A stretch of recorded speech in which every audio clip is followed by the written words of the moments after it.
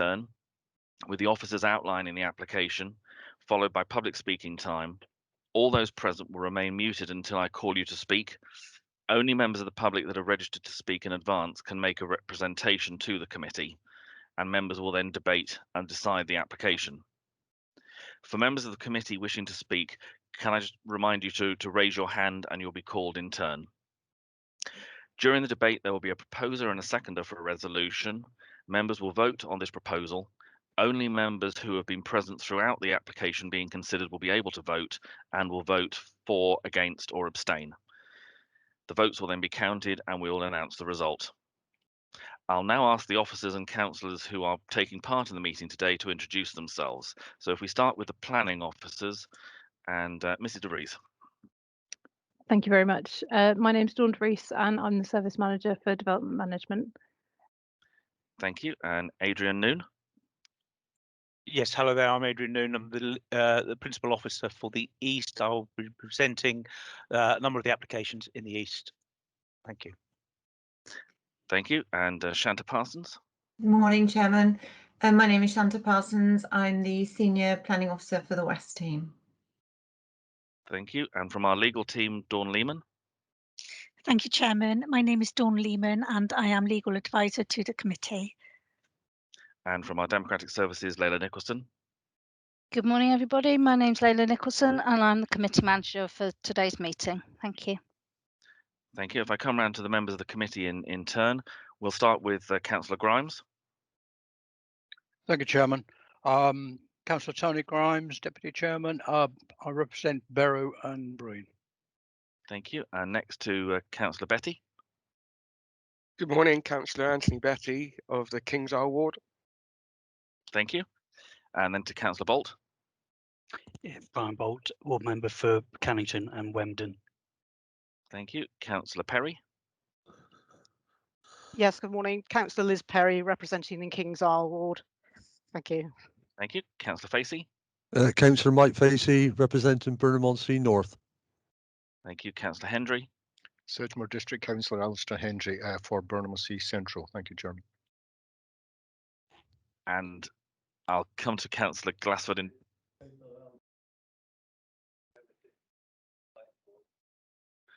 Okay, thank you, Councillor Glassford. Just to make people aware that obviously there are other members of council, other officers and members of the public present with us virtually through the Teams meeting. And as I said earlier, they'll be called if they are registered to speak to speak when we come to their relevant applications. Can I just take this opportunity to welcome Councillor Betty to the committee? It's your first committee today. It's slightly odd circumstances, so bear with us today, Councillor Betty, and hopefully you'll find it interesting and certainly following your training that you had the other day. Welcome to the committee and hope you enjoy it. Right, if we move on to item 1 on our agenda, please, which is apologies for absence, and if I could come to Mrs. Nicholson. Thank you, Chairman. We've received apologies from councillors Gibson, Grant, Murphy, Revan, Scott, Kingham and Pearce. Thank you very much, and all other councillors are present. Item 2 on the agenda is urgent business. I've not been advised that there is any urgent business that isn't already covered under our agenda. Item 3 is public speaking time again for members of the public. For those of you who've registered to speak today, we'll take the applications in turn. The officers will give you the background and detail of the application first, and then I'll ask you to address the committee. We will at that point ask you to turn on your microphone and just to confirm that it's working for us. You will have 3 minutes to address the committee, and when there is 1 minute of that time left to go, you should hear a bell just to indicate that.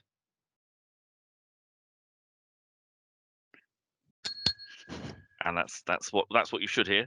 So when you hear that, there's 1 minute of your time left to go. So if you can then start to wind up your comments to get them in time, that would be appreciated. So if we move on to item 4, which is declarations of interest, are there any declarations that any members have this morning? I'm not seeing any declarations, so that's fine. It's just for members of the public, it's important that you know if there are any background or information or involvement in an application that members have had. As you've heard, there's no declarations of interest today, so there are no interests that have been registered. So if we move then on to our first application, which is the application on page 1, and this will be introduced by Mr. Noon for the Cheddar application, please. Thank you, Chairman. I will just present my screen. Hopefully that is showing now. Yep, we've got your cover sheet. Okay. Thank you very much. This is a reserved matters application for the erection of 60 dwellings following the outline grant of planning permission for up to 67 dwellings on this site a couple of years ago. Okay. Here we have the site identified in yellow, comprising a number of small fields on the west side of Cheddar. You can see the reservoir just to the top left of this photograph. Hellier's Lane comes in from the sort of northwest direction. Access was approved from there through the little group of buildings you can see in the bottom right hand corner of the site, going up through onto Lower New Road, where my cursor is now, as part of the approved access. The little cut through of Hellier's Lane in this area here is to be closed off. That formed part of the outline approval. So the red line site for the purposes of this application, including the little building group and the fields, as it is obviously the same red line as the outline. This just indicatively shows the approved access. This has been agreed as part of the outline permission. It's a new junction at the end of Hellier's Lane that sweeps into the site through those little buildings. And indicatively from the outline, the master plan that we saw when we agreed the outline approval. And then this is the proposed layout that we are now presented with, very similar to the indicative one. Shows an area of open space on the western side of the site. The purple, or the pink and blue dots are the affordable units, the blue dots being intermediate, the pink ones being rented units. Those have been amended following concerns about the original distribution of them through the site, and these have been accepted by our affordable housing officers. That would be part of the agreement of the delivery of the affordable housing through the Section 106, but in terms of just indicatively, they are happy with this layout. Just going on to the landscaping plan, this shows a sort of a good landscape planting all the way around the edge of the site, maintaining the existing hedgerows. This is part of the ecological strategy for the site that was agreed at outline stage. Just by way of an update to my report, you'll note that a report is subject to the views of the our ecologists regarding some bat bungalows. These were a requirement of the strategy agreed at outline stage. They are enshrined, I think, in condition 17 of the outline that says they have to adhere to the recommendations of the original ecology report. I don't know how well this is presenting to you guys, but you can see there's a little turquoise rectangle here and here. These are the bat bungalows. I have been provided with details of those.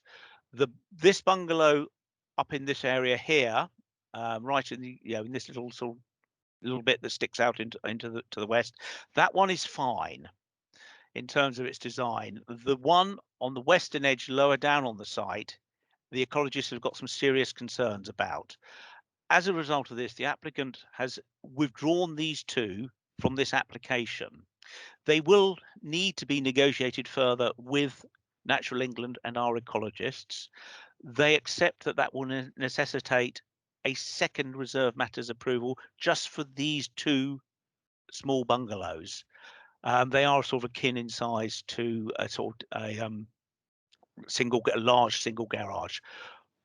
We're happy that that is removed from this application. You're not required to consider those today. They will be subject to a separate standalone application once they have resolved the detail. That doesn't harm this application or the ecological safeguarding measures that were put in place at outline stage, and if anything, it will give us the detailed control through a standalone application that we need. We are satisfied that there is adequate space for appropriate bat mitigation to be incorporated, and possibly this little bungalow down here would move over to this area on the eastern side of the site. So they do have options. We will have control. It's just that we don't need to approve them today because we haven't got all the details. So in that respect, my recommendation just changes. We don't need now to wait for the approval of these of the ecologist. So the recommendation would be without that requirement. I'll get to that at the end of my presentation. Just going on to another matter that's generated some concern, the drainage strategy. The lead local flood authority raised some concerns initially, as did our drainage officer, and there were some IDB issues in the background. Subsequently, the applicant provided amended details and more technical information, as a result of which the lead local flood authority, who are the statutory consultee, are happy with this proposal, and we've not had any further comments from either the IDB or our drainage officer. The technical detail, all the construction, the volumes of all the attenuation measures are dealt with by condition on the outline. But what you have here in blue is the pickup of the surface water taken around the site. We have an attenuation tank under the parking area in front of these houses, with 2 attenuation ponds that would fill up and discharge gently through a hydro break down in this bottom southwest corner at the agreed rate. I think it's 8.2 litres per second into the existing water course. That reflects the current drainage pattern of this site. The water comes from north to south, and the existing greenfield rate is replicated by the hydro break down in this bottom corner. And just for your information, the red line through here is an existing water mains, which has, we haven't got anything built upon that. And then the brown is the foul sewage, which is all picked up to a pumping station, again over in this bottom southwest corner, and then into the Wessex water main system from there. In terms of street scenes, we have one here of just the entrance road. All the houses are 2-storey. They follow a certain theme of design, which I'll show you in a minute, but there's a number of house types that are reworked in various ways with different combinations of materials and detailing. So here is the street scene at the entrance. The street scene looking back from across the other side of the attenuation features.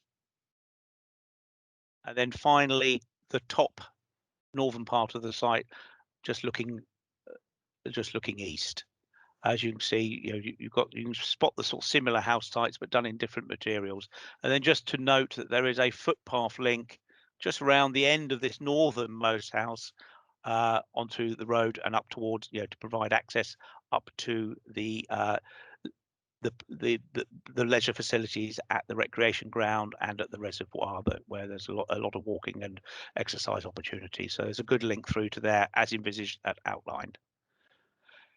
In terms of the house types themselves, we have a number of 1-bedroom maisonettes, such that we have essentially the same building type, but done in different materials to provide variety, with a flat on ground floor and a flat on first floor. So we've got 6 of those.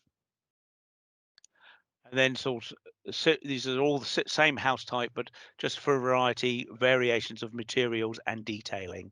So these are the 2-bedroom houses. You can see done in sort of a mix of materials.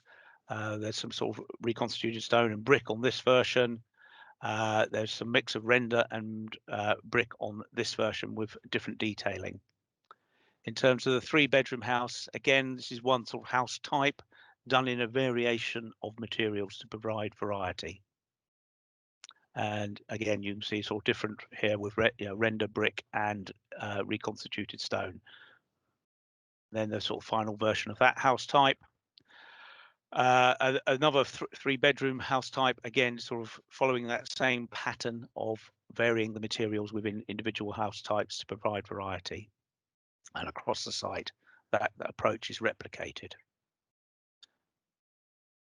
And then again, you sort of just the site mixes and variation of materials And then finally, the 4-bedroom properties, again, a variation of materials within the individual house types. And the final one. Just really to highlight those 2 back bungalows there and there.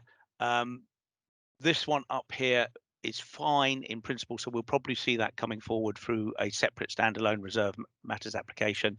This one down here, because they are to provide habitat for horseshoe bats, one of the key concerns here is that the roost spaces for horseshoe bats needs to be at a high temperature. They above 35 degrees C. Now, the fundamental problem with this lower one here is the roof orientation. The building needs to be on an east-west axis, so that you've got plenty of roof slope on the south aspect to provide the temperatures that the horseshoe bats needed.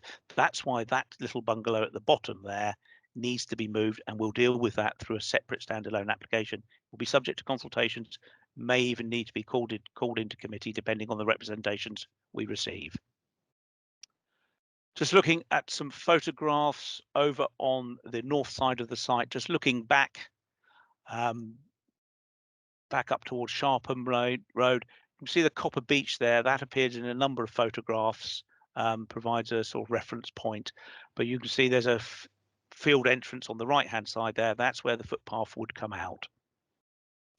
And then just looking at that entrance, just for sake, to see what it looks like at other times of the year. This from Google Earth from a number of years ago, but does show that I think this is about 10 years ago.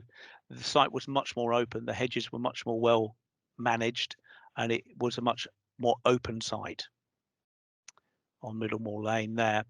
This is just looking in through that field entrance, just down the eastern side of that top field, and panning the camera around. As you can see, compared to the Google Earth Street View photographs, things have become much more grown up. The hedges are sort of all grown up a lot. The fields are being obviously mown and maintained.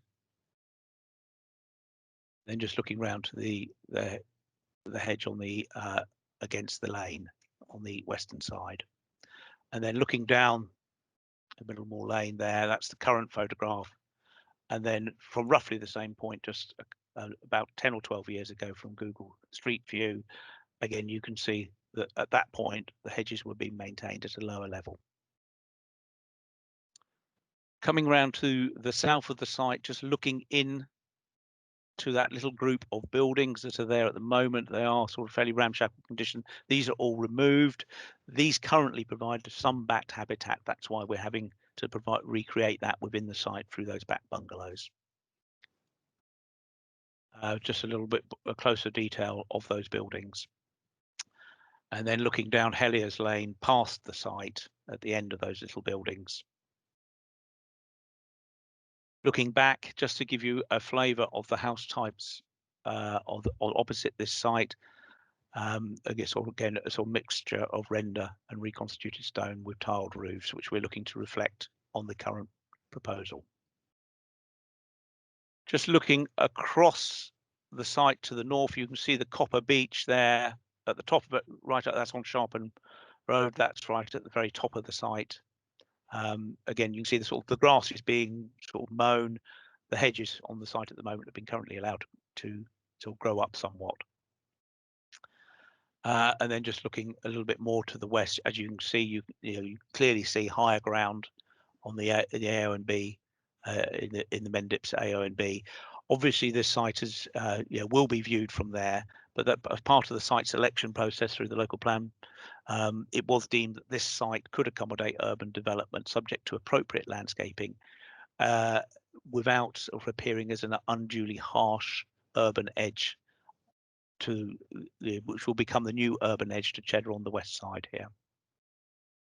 And then just looking sort of the existing field boundary treatments within the site. And then the furthest over field, just looking across it slightly to the west, and then just up through those along the field boundaries. And then from that point, looking back up, this part of Hellier's Lane is maintained as essentially a sort of green feeling lane. The road has curved into the site where you can see my car parked just there on the left. And then, courtesy of Google Earth again, just to give you a flavour of what the site looked like about 10 or 12 years ago. So from roughly the same position, I've taken an earlier photograph. There's that little building just inside this westernmost field. Then just panning background, looking back up at the site entrance. You can just see, hopefully with my cursor just up there on the left. And then just looking back from Middlemore Lane, just across the site, just from the very western edge of the site, just looking back when the vegetation was lower a number of years ago. Okay, the key considerations. Outline permission has been granted. We have considered the principle and the access arrangements. It's not considered that there have been any material changes in circumstance that would justify us revisiting that decision. And the key issues are therefore these reserve matters, which are the layout, scale, appearance, and landscaping of the site. In terms of the layout, the Highways Authority are happy with the internal layout that would be safe and accessible. It meets their standards for parking and provides for an acceptable drainage solution in terms of the space left available and the layout of it. Technically, that is acceptable to the LLFA, who will look through conditions at the detailed technical construction of that drainage system. We have a good provision of open space and landscaping within the site and around the edge of it, such that this new urban fringe would provide an appropriate edge to Cheddar. It's all providing good private and garden spaces for future residents, and setting back from Hellier's Lane, I do not consider it would have any adverse impact on existing residents on the other side of Hellier's Lane. In terms of the scale, it's within and slightly under the scope of the outline permission, which was for 67. Two-storey dwellings are considered appropriate across the site, and the individual house sizes are all considered appropriate in terms of their footprint. So in terms of scale, I consider it to be an appropriate form of development. In terms of the appearance, the house types are considered to be a good quality design. The mix of materials is considered appropriate in principle. We will agree, I'm suggesting a condition to agree the exact materials through a discharge of condition on any reserve matters approval. It would create an appropriate new edge of the village with a soft western edge with the landscape proposed along that western edge and within the site. The proposed planting is acceptable to our landscape officer and is considered appropriate to the location. It will maintain and enhance the biodiversity of the site and crucially provide that soft edge to the development, which will be the new edge of Cheddar to the countryside. In terms of other issues, drainage, ecological mitigation, construction management, etc., are all conditioned on the outline permission. Those conditions are in the process of being discharged at the moment.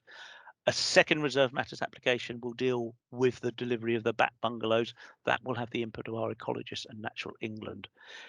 They have provided us a sustainability statement with the application, this reserve matters application, and that would be conditioned now.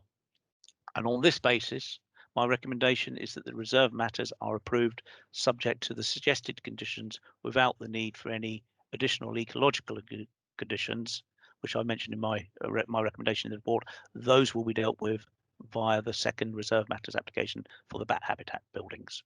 Thank you very much. Thank you. Members, as you'll see, we have a couple of speakers on this application. So if I come first to Steve Stokesbury, please. If you could just turn your mic on and just confirm it's working for us. Okay, can you hear me? Yes, we can. Thank you very much. Good. Just to remind you, you've got 3 minutes to address the committee and you will hear the bell when there's 1 minute of that time left to go. So please start. Thank you. Thank you for the opportunity to present to the committee today. This development will have an impact for decades to come, and I hope to persuade the committee to adapt these plans to avert long-term regret for our local community. Each of the local parish councils has opposed the development in its current form. These elected representatives are better positioned to understand the local needs than officials operating out of Bridgewater, and to ignore their collective recommendations would be foolhardy. Section 8 of the National Planning Policy Framework sets an objective to achieve healthy, inclusive and safe places which promote social interaction, including opportunities for meetings between people who might not otherwise come into contact with each other. So mixed communities are beneficial and should be the norm.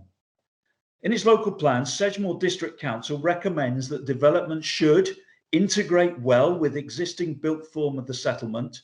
They are not visually detached or isolated, and where local services are within an easy and safe walking distance.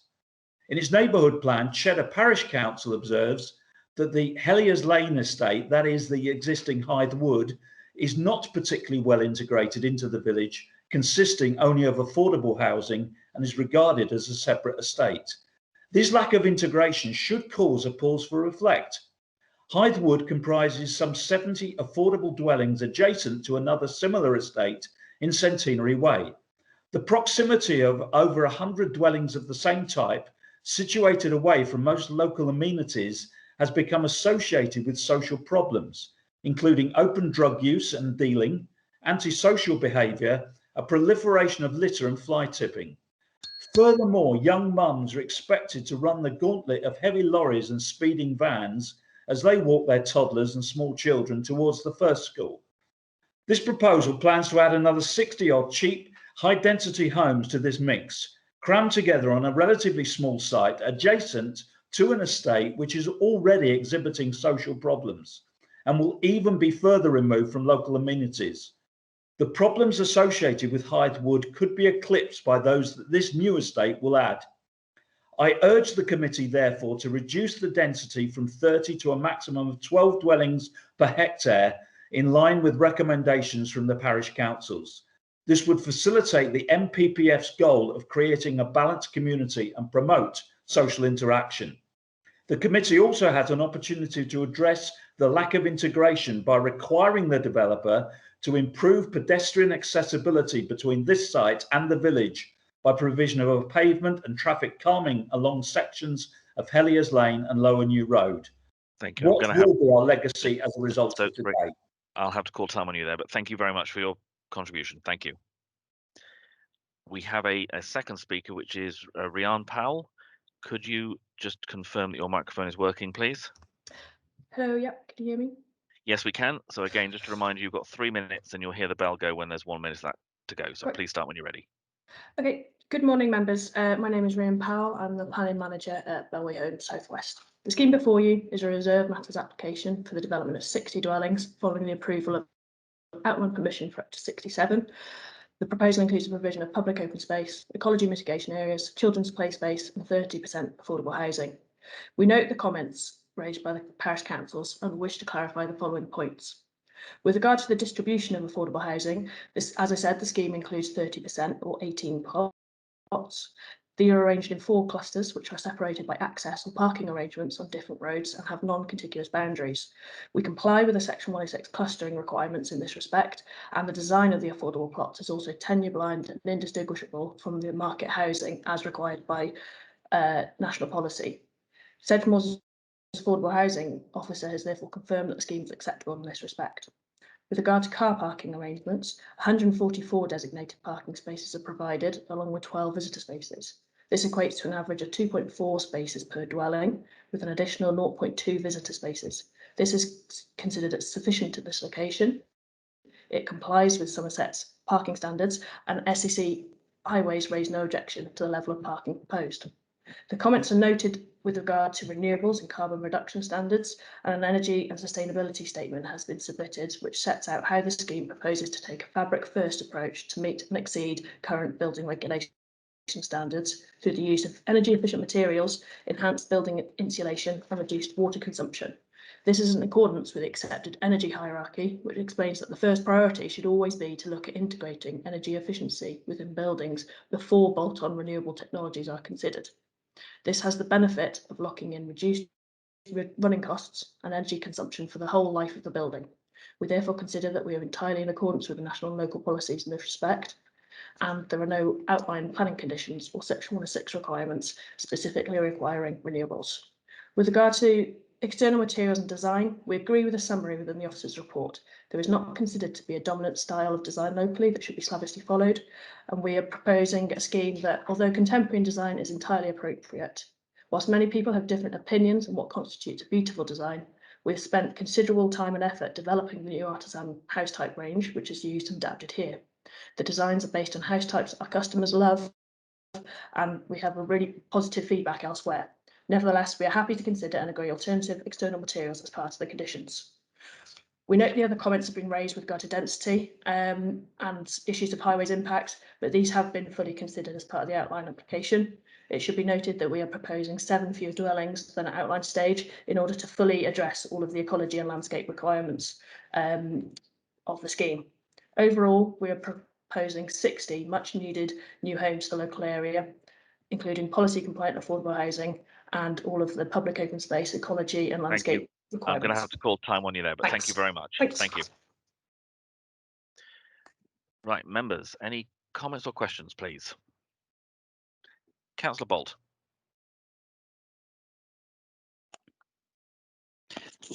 Thank you. Just, I'm not sure if any of the plans which I've looked at show where the pathway will be from that estate to get out onto the main road, obviously to cross it to get into the village. Is there such a plan, Mr. Noon? Mr. Noon? On the plan on the screen at the moment, you can there's a footpath out onto Middlemore Lane through the open space, and there's the exit out onto the north past this end plot here. In terms, so that, I mean that will provide access up towards this, the sports ground off Sharpen Road. In terms of access going the other way, that was agreed at outline stage. The main vehicular access is in this sort of southeast corner of the site here. Hellier's Lane is stopped off in this area here to vehicles, so that would provide a walk-through along that part there, and then that's the limitation, I think, as I recall, of the off-site highways improvement. We are then looking at existing walking routes to the village centre, which were considered at outline stage as to whether or not they needed any improvements. So in terms of this application, those links to the village have been considered at the outline stage. This reserve matters doesn't, in my opinion, justify revisiting those. But hopefully you can see, that there are option of 2 routes out of the site, one going through to the north, which would be of a benefit to the residents of this existing development on the South Hive Wood. At the moment, they don't have that direct link through to the playing fields up here to the north, so they would benefit from that. So that I think is a benefit to bear in mind, given what the speaker said about the lack of inclusivity and integration for this development down here. So we would get that. The site has been is an allocated site from our local plan. Its relationship to other services and facilities within Jeddah would have been considered at that stage, and this site was chosen. There are obviously differing opinions as to how well connected it is. Thank you, Councillor Bolt. Thank you. Thank you. Okay. Any other comments or questions from members? Yep, Councillor Hendry. Thank you, Mr. Chairman, councillors. Somebody mentioned, I think one of the speakers mentioned, antisocial behaviour, drugs, possible social problems, etc. We can't use that as a reason to turn down something like this. That's something for the local police, one or the other. Traffic calming was also mentioned. That is actually quite a good thing for something like this, for very obvious reasons. It stops rat runs and it keeps everything under control. Some people like it, some don't, but in actual fact, it's not such a bad idea. The 30% affordable housing is perfect. You can't ask for more than that. I think somebody said it was 18 in total, so that's actually a good thing. Everybody can see that too. However, to reduce the number, somebody asked for, one of the speakers, I think, for a possible reduction of 30 to 12, which would be 24 houses and 24 units in total, is unrealistic, I believe, because the land easily accommodates the amount of houses and homes asked for.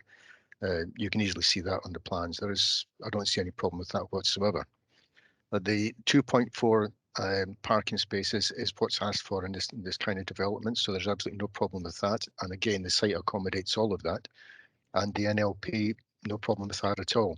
So at this moment in time, Mr. Chairman, I actually don't see a problem with this as it stands on the plans. Thank you. Thank you. Any further comments or questions from members? I'm not seeing any at the moment, so if there are no further comments or questions, I'll come back to Councillor Hendry. Okay, thank you, Mr. Chairman. Since there's no other comments and nobody seems to have any input, I'm quite happy to move the recommendation as it stands for acceptance. Thank you. Thank you. Is that seconded, please? That's Councillor Grimes is seconding.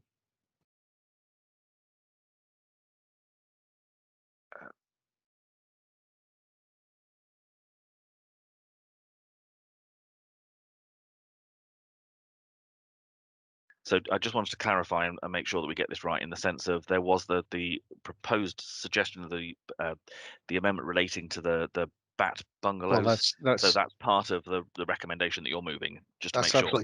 Absolutely correct. The case officer explained all that in full, that this can't be considered at this moment in time as a separate consideration. So yes, thank you. That's fine. Thank you very much. Just wanted to clarify that so that all members know what they're voting on. You're happy with that, Councillor Grimes, as well? That's fine. I am indeed. Thank you. Okay, yeah, Mr. Noon, you've got your electronic hand up. Sorry, I didn't see you for a moment. Apologies. Yes, just just to underline the point about the bat bungalows, there is a drawing referred to in the plans list that would be deleted from the list of approved plans, and that would close that off. Thank you very much, and that will be coming in later as another reserve matters. Right, members. So you've had the resolution that has been moved and seconded to grant permission. Those in favour of that, please show. That's unanimously carried. So that is clearly carried. So permission is granted.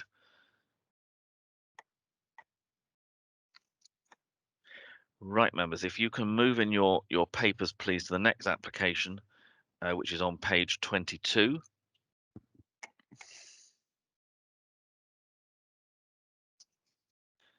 And we move to Ashcott. And I think, Mr. Noon, you're presenting this one as well, please. Yes, just bring up the presentation. There it is.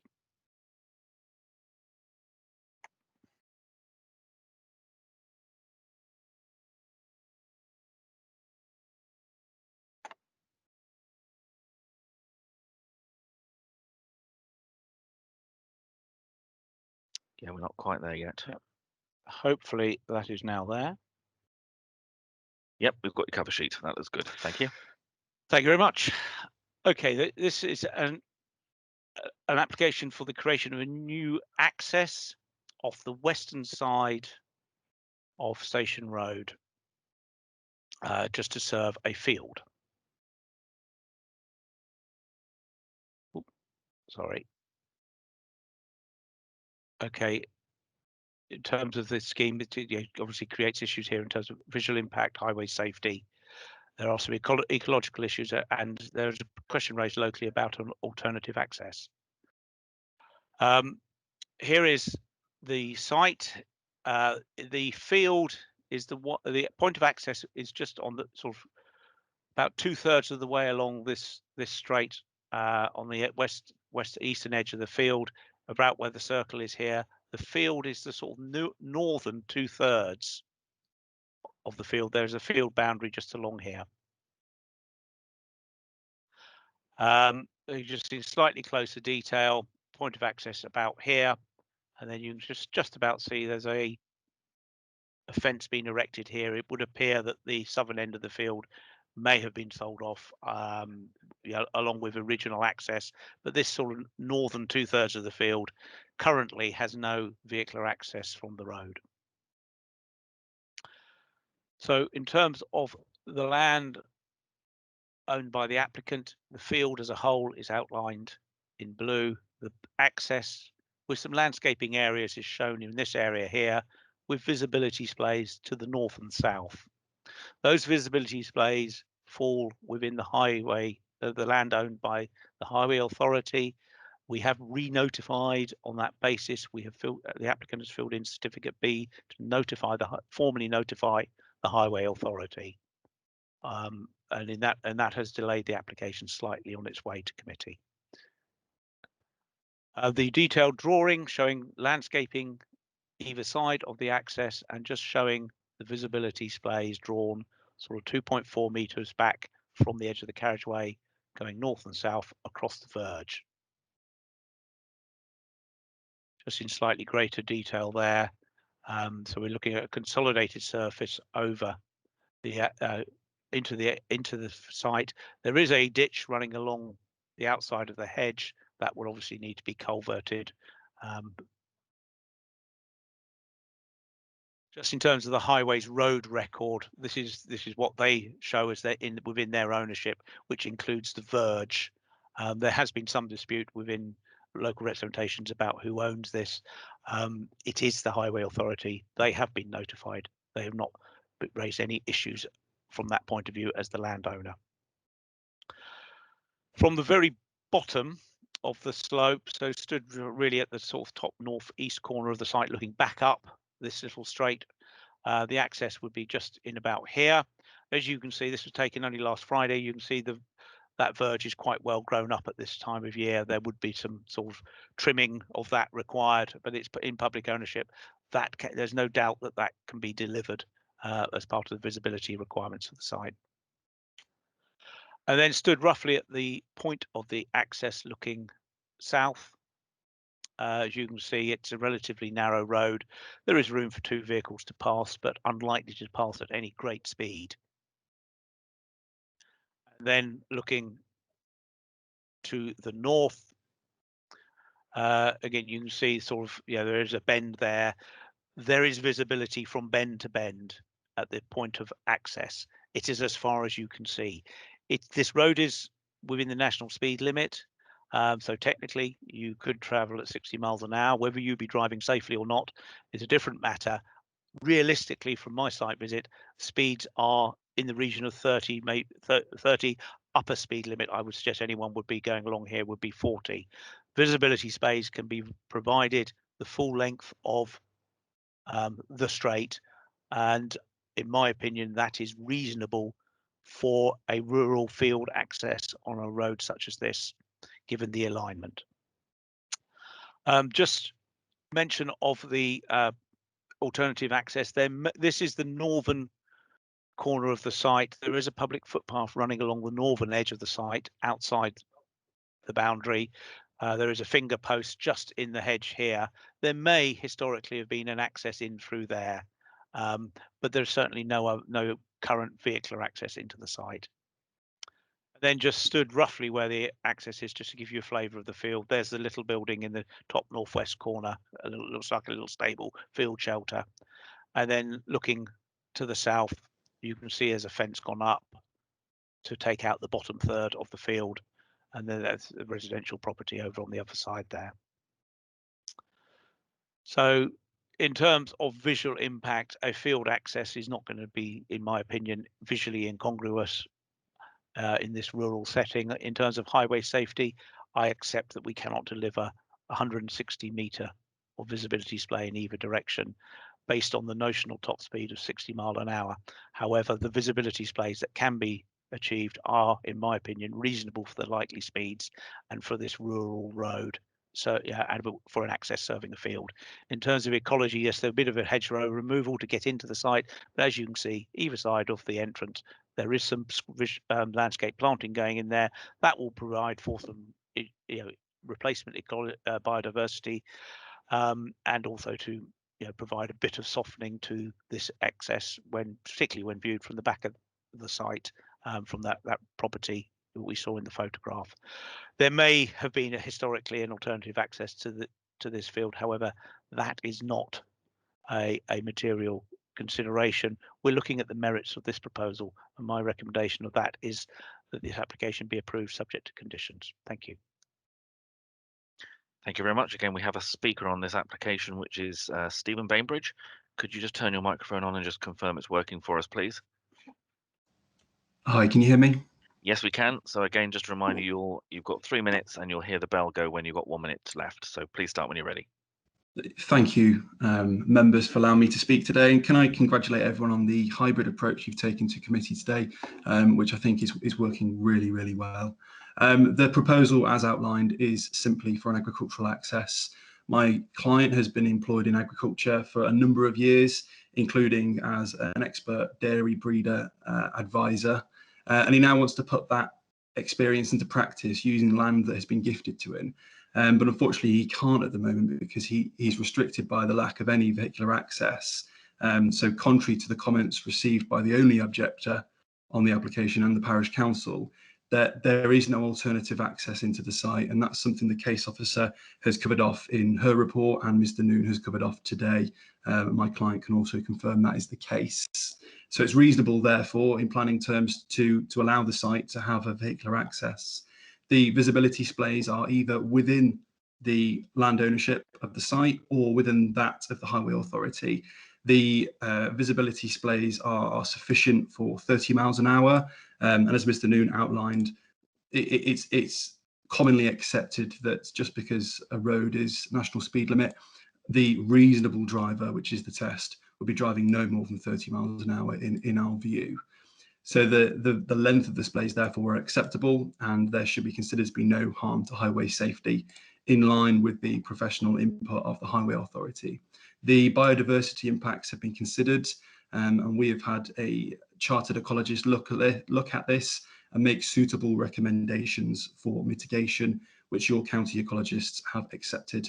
And I note that there's proposed to be conditions to require further details of the planting scheme.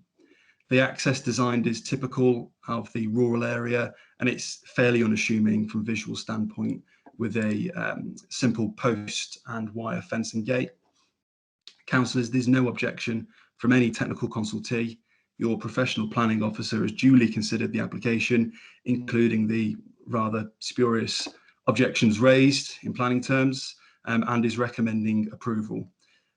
Professionally, I can't see any planning harm that would justify withholding permission from my client to be able to access his land and undertake efficient use of that land, for which there'd be social and economic benefits. There's no local policy, no local plan policy rather, no MPPF policy, and there's even encouragement in the neighbourhood plan under policy 10 named supporting agriculture and food production. So on that basis, I do respectfully request that councillors resolve to grant consent for this application in line with your officer's recommendation. Thank you very much. Thank you. Members, any comments or questions, please? Councillor Hendry. Thank you, Mr. Chairman. A couple of things and two questions just for the case officer.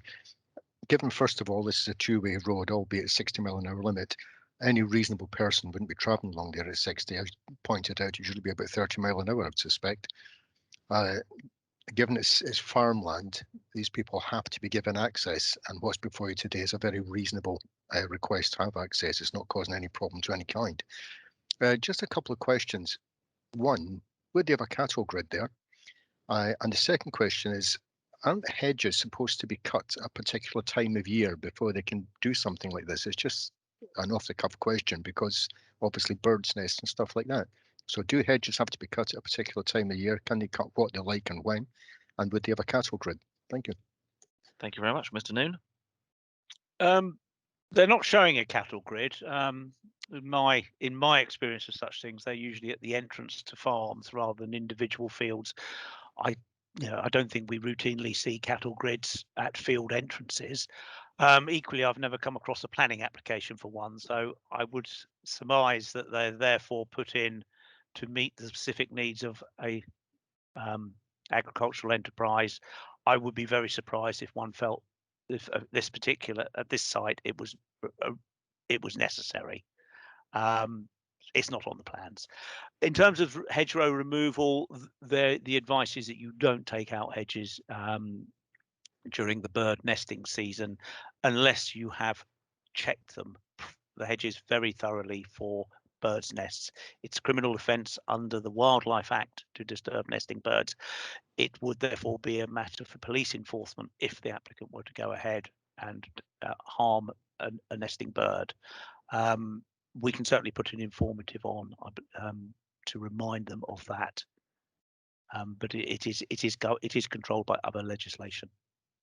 Thank you, Councillor Hendry. Anything else? No, that's absolutely fine. I was just a bit concerned about the hedgerows and the birds, but it seems to be all covered at all bases. So absolutely fine. No further problem. Thank you. Thank you very much. I've got Councillor Grimes, then Councillor Bolt. Thank you, Chairman.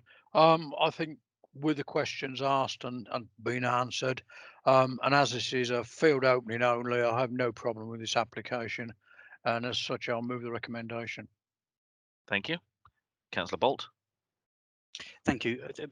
Really for Mr. Noon, looking at the plan that you're showing us there, we're seeing quite a lot of buildings outlined around it. Are they individual farms or is that clusters of housing? Mr. Noon. It's a mix of agricultural buildings and outbuildings. There are, in terms of dwellings, there are sort of a couple just to the north of the site, which you can see in my photographs. With this large dwelling here, which I hopefully we saw in the photograph looking across the field. I think Hemstedge Farm, that is an agricultural holding there. There are a number of outbuildings there, so I think you've got sort of on this picture there's probably about 5 or 6 dwellings. The rest of them are agricultural and outbuildings. Councillor Bolt. Yeah, thank you for that. With that in mind, I'm quite happy to second the recommendation. Thank you. I've got Councillors Facey, Betty and Hendry. So I'll come to Councillor Facey next. Yeah, Chairman, I was just going to second Councillor Grimes. Okay, thank you. Councillor Betty. I was also going to second Councillor Grimes. No problem at all. And Councillor Hendry. I've got no further question, Mr. Chairman. Everything's been covered. Sorry about that. Councillor Glassford. Second it as well, so. No worries, that's fine. So if we've got no one else wishing to second and no further comments, we've had the recommendation moved and seconded to grant permission. Those in favour, please indicate. That again is unanimous, so that's clearly carried, so permission is granted. And members, if you can turn next to page 27, please. We move into Bridgewater, and Ms. Parsons, I think you're presenting this one. Thank you, Chairman. Yes, this is an application for reserve matters for the erection of a dwelling. The address is 30 Old Foxton Road, Bridgewater. As you can, excuse me, as you can see, the site is located within the predominantly residential area. Quantock Road is running east-west along here. So the site is on the corner of Old Foxton Road and Holford Road. Outline consent was granted last year for the erection of a dwelling on this land, with all matters reserved for subsequent approval. We'll come back to this layout in a minute, but it's proposed, this is the reserve matters application for the erection of a dwelling to be sited alongside the existing house here, with a garden area at the front and garden at the rear, and then for 2 car parking spaces off the highway, which would sit adjacent to the garage and car park that exists presently for number 30. And this is looking up into Holford Road, with this being Old Foxton Road. This is the location, as you can see, of the siting for the erection of a dwelling. And this is just looking further up the street so that you can see the character of the dwellings. Here we've got a row of semi-detached hipped houses. This is on the corner on the other side. So So this elevation here is facing the site. This shows some bungalows to the rear, a bungalow with rooms in the roof with its gable facing on Foxton Road, and then again hipped properties adjacent and further on down the road. This is looking down Holford Road into the site. So the proposed dwelling is to be, or it's proposed to be sited here adjacent to this property. Looking closer at the access, this is the existing parking and garage for this property here. So it would be proposed to remove a section here to provide 2 parking spaces for the proposed dwelling. Now back to the layout again, as you can see, the siting is immediately adjacent to the existing dwelling here with a similar pattern with the gardens at the front and the rear and 2 parking spaces off the road. Now, in terms of the principle of the development, outline consent has been granted for residential, and the site is clearly within a residential area, and therefore the principal residential development is considered to be acceptable. In terms of impact on neighbouring properties, because of the siting of the dwelling alongside the existing property here, there would be no undue visual domination or loss of light or overlooking. There would be windows in the rear and the front of the property, which would be similar to the other dwellings in the row. This is showing the layout, simple layout basically with the lounge, dining, kitchen area, WC at ground floor level, and 3 bedrooms above with the bathroom in the middle. These are the elevations. So this is the host dwelling, which was the red brick hipped property facing off Foxton Road. And this is the elevation to face off Foxton Road. This elevation here is the elevation which would face onto Holford Road leading up the hill.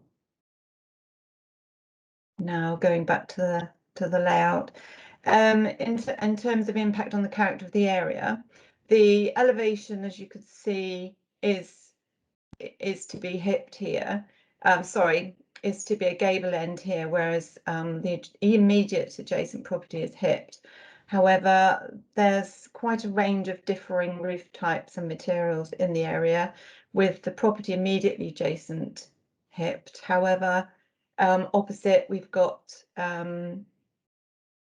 sloping roofs facing the road. The one immediately opposite on the corner has the gable facing our Foxton Road, and so it's not considered that the proposed design of the property would cause any undue adverse impact on the character of the area. In terms of highway safety, existing properties that have accesses that lead directly out onto this road.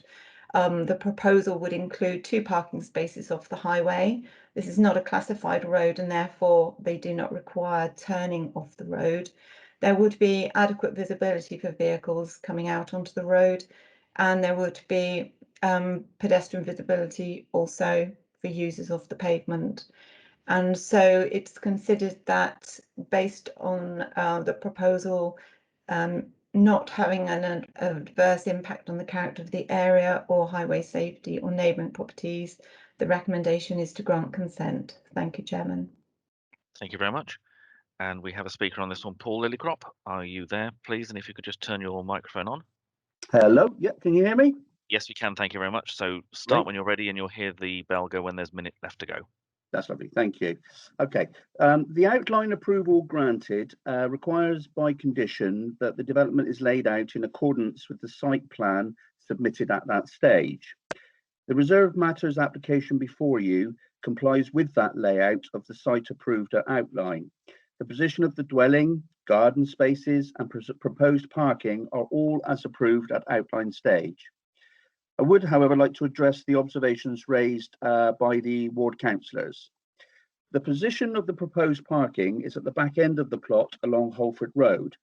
It is located directly adjacent to the existing parking that serves number 30. The nearest edge of the new parking drop curb is just over 30 metres away from the junction of Holford Road with Alfoxton Road. It is exactly the same distance from the junction as the house, the drive for the house opposite at number 28, the gable-fronted one pointed out to you with the stone. This is a safe distance from the junction at the bottom of Holford Road. The proposed parking is located on the uphill side of Holford Road, which approaches a slight bend, and approaching vehicle speeds are therefore slow as cars reach the proposed parking location. Currently, the site is bounded by a 900mm high dwarf wall and a 1.8 metre high fence installed by the previous owner. A section of this wall and fence will be removed to form the new vehicle access and parking. The length of wall and fence removal will be that required to provide the parking access and a 2 metre by 2 metre visibility splay as required by county highways safety standards. The fence between the new and existing parking spaces will be totally removed. All that will remain is a section of dwarf wall between the new and existing parking spaces. This wall is 900mm high and will therefore achieve the required visibility in both directions. There is no dominant design style along Old Foxton Road or Holford Road, which is explained in the officer's report. The proposed dwelling has a gable front facing towards Old Foxton Road. This mirrors the gable front of the property opposite at number 28. This will achieve a matching visual gateway into Holford Road. There are no issues relating to loss of amenity or overlooking of adjacent dwellings. To conclude, the location of the parking and the visibility displays meet all of the county highway safety standards. The design of the house will be in keeping with the street scenes of Old Foxton and Holford Road. Thank you. Thank you very much.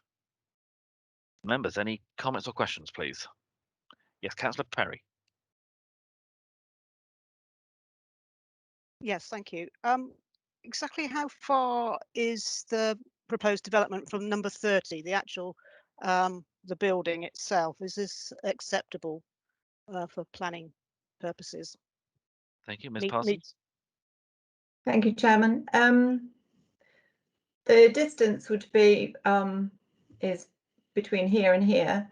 I would say that's just over a metre or approximately a metre.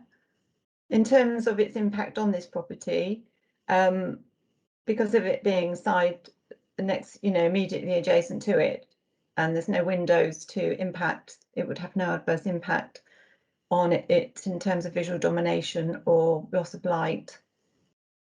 In planning terms, it's considered an acceptable location. Thank you. Councillor Perry? Yeah, it still looks a bit narrow for my liking. Anyway, thank you for that. No problem, thank you.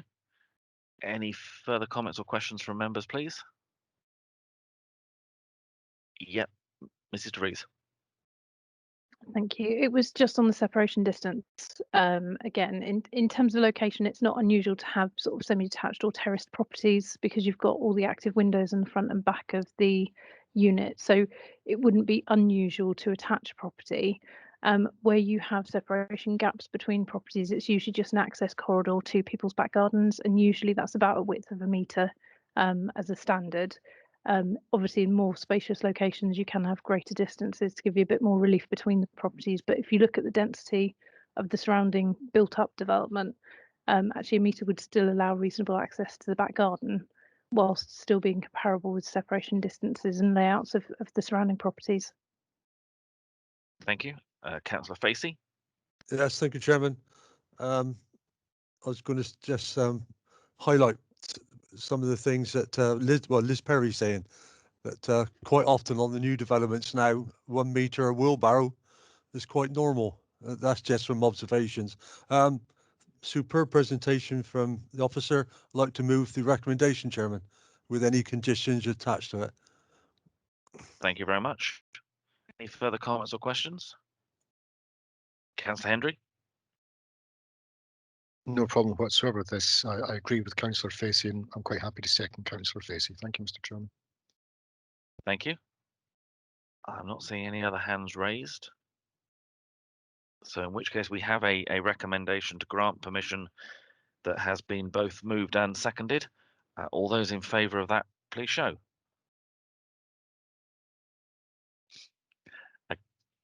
Again, that is unanimous, so that's clearly carried. So permission granted. Right, members, if you could turn in your papers to item, I think 6.1 would be next, wouldn't it, the reports? And I think, Mrs. DeVries, you're presenting these? Right, hopefully you can hear me now. So item 6.1 is before members. It's just running through the planning appeals that have been received. So we've got a appeal that's been received for 9 dwellings and off of a new vehicle access off Hamp Bridge, which is the access to the former Somerset Bridge primary school. It was refused planning permission, but obviously they've submitted to appeal the application. It was delegated decision. Thank you. Are there any questions on that from members? Not seeing any, so if we move to 6.2. Right, 6.2 is the appeals decided. So we've had an appeal back to determine if prior approval was required for change of use in agricultural building. It was refused planning permission by us and dismissed by appeal.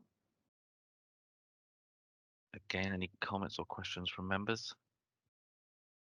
Not on that one, no. Please carry on. Thank you. And then there was an outline application for 1 dwelling, which was Middleview Road, Cossington.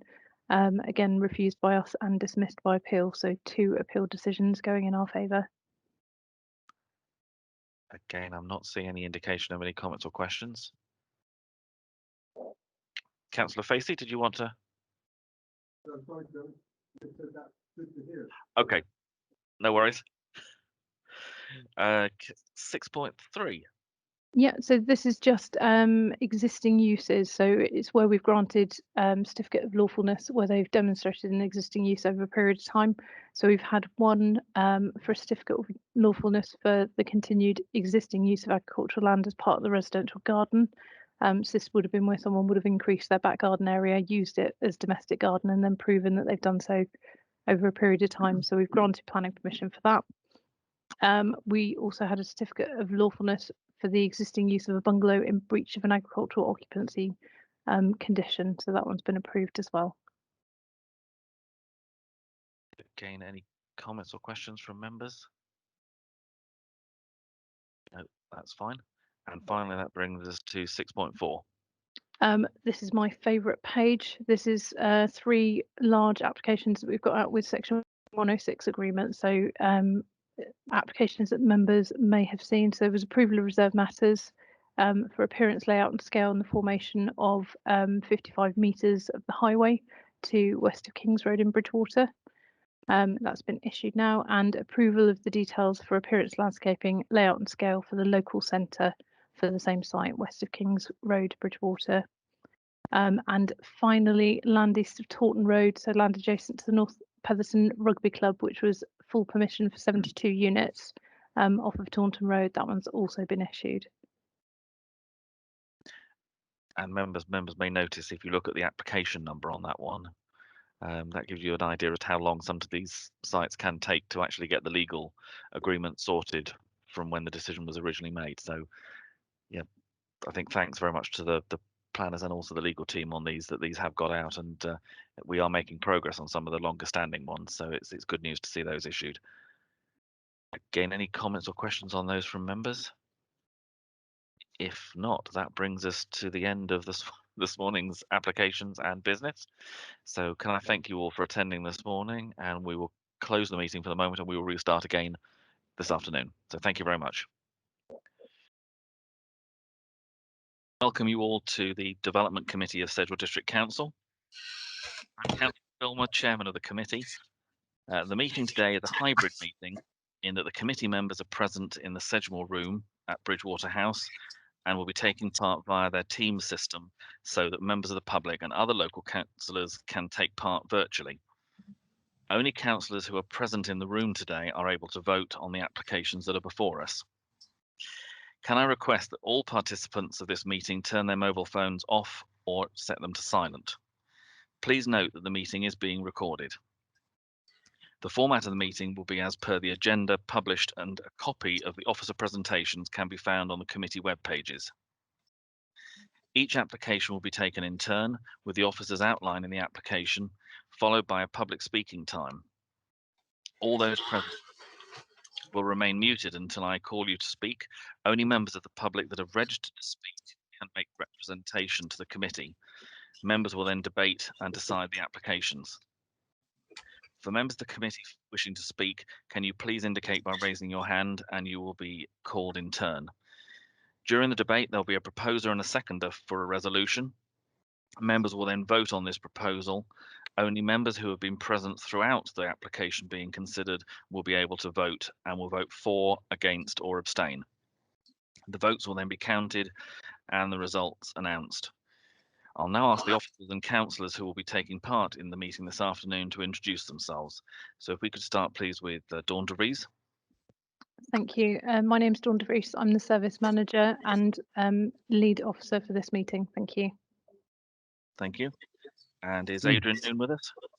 Yes, thank you, Chairman. My name's Adrian Noon. I am the Principal Planning Officer for the East, and we'll be presenting a couple of applications this afternoon. Thank you. Thank you. Is Emma Chorley with us? Hello, yes, my name's Emma. I'm one of the senior officers in the East team. I'll be presenting as well.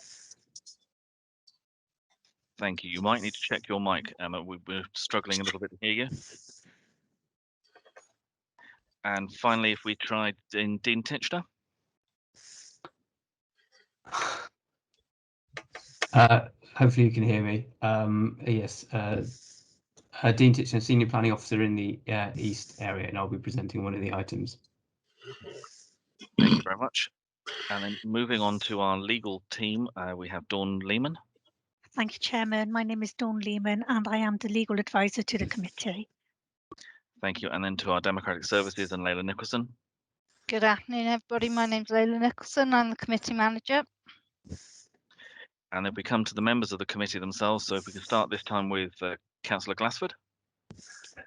Good afternoon, Chairman. Councillor Alec Glassford, representing Fairfax Ward, Bridgewater. Thank you. And then Councillor Hendry. Good afternoon, councillors. Sedgemoor District Councillor Alistair Hendry, Burnham-on-Sea Central. Thank you. Thank you. Then Councillor Facey. Thank you, Chairman. Councillor Mike Facey, representing Burnham-on-Sea North. And then to Councillor Perry. Yes, good afternoon. Thank you. Councillor Liz Perry, representing the King's Isle ward. Thank you. And Councillor Bolt. Yeah, Councillor Brian Bolt, the ward member for Cannington and Wemden. And then Councillor Betty. Yes, good afternoon. Councillor Anthony Betty of the King's Isle ward. And Councillor Grimes. Good afternoon, Chairman. Councillor Tony Grimes, Berrow and Breen. Thank you. Thank you very much. Just to mention, there are also other members of council and officers and obviously members of the public present who are attending virtually. And we do have one of our speakers present in the room who will be addressing us later. Right, if we move on to the agenda itself, I am not advised that there is any urgent business. Can I ask, are there any apologies? Thank you, Chairman. I've received apologies from councillors Gibson, Granter, Murphy, Revan, Scott, Kingham and Pearce. Thank you very much. All other councillors are present. Next item is public speaking time. For members of the public, for those of you who've registered to speak this afternoon, as I mentioned earlier, we'll take each application in turn. Officers will give the background and detail of the application, and then we will ask you to address the committee. We'll ask you at that point to turn on your microphone and just confirm with us that it's working okay. And then you'll have 3 minutes to address the committee. You should hear a bell go when there's 1 minute of that time left to go, and it should hopefully sound like this. And as I say, that's your warning that you've got 1 minute left to speak. So if you could draw your comments to a conclusion, that would be helpful. Right, item on the next item on the agenda is declarations of interest. Are there any declarations from members for this afternoon's business? Councillor Perry. Yes, on the last item at Penzoy Farm, I'm the ward member, but I took no part in any parish council discussions on that. Thank you. Councillor Betty. That's also the same with me. I've took no participation in any of the documents. Thank you very much. I'm not seeing any other members indicating. So for members of the public, just so you understand what you've just heard is that members have declared that they've not predetermined the application. So we have a standing order within the committee which basically states that members can either be involved at the town and parish level in decision making, or they can be involved at the district level. They can't do both. The danger being that if they were involved at both, there would be a perception that they may have already made up their minds before they came to this committee. So where you've heard members declare that they've taken no part at that part of the debate at their parish or town level, that's so that they could keep themselves free to have a discussion at this meeting and be free to part of the decision-making process. So if we move on then to the next item on the agenda, which is the applications themselves for this afternoon. The first application we have is on page 33. We're in Cheddar, and I believe, Mr. Noon, you're presenting this one? Yes, indeed. I'll just present my screen.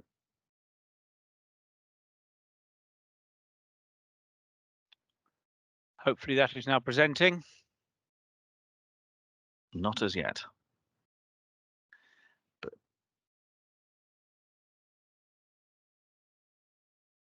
no. Yep, we now have the cover page. Okay, thank you very much. This is an application for the retention of a garage that has been built to the rear of the property on a site of a previous garage, which was demolished to make way for the new structure. Let's go to the next slide here, just to show the context there.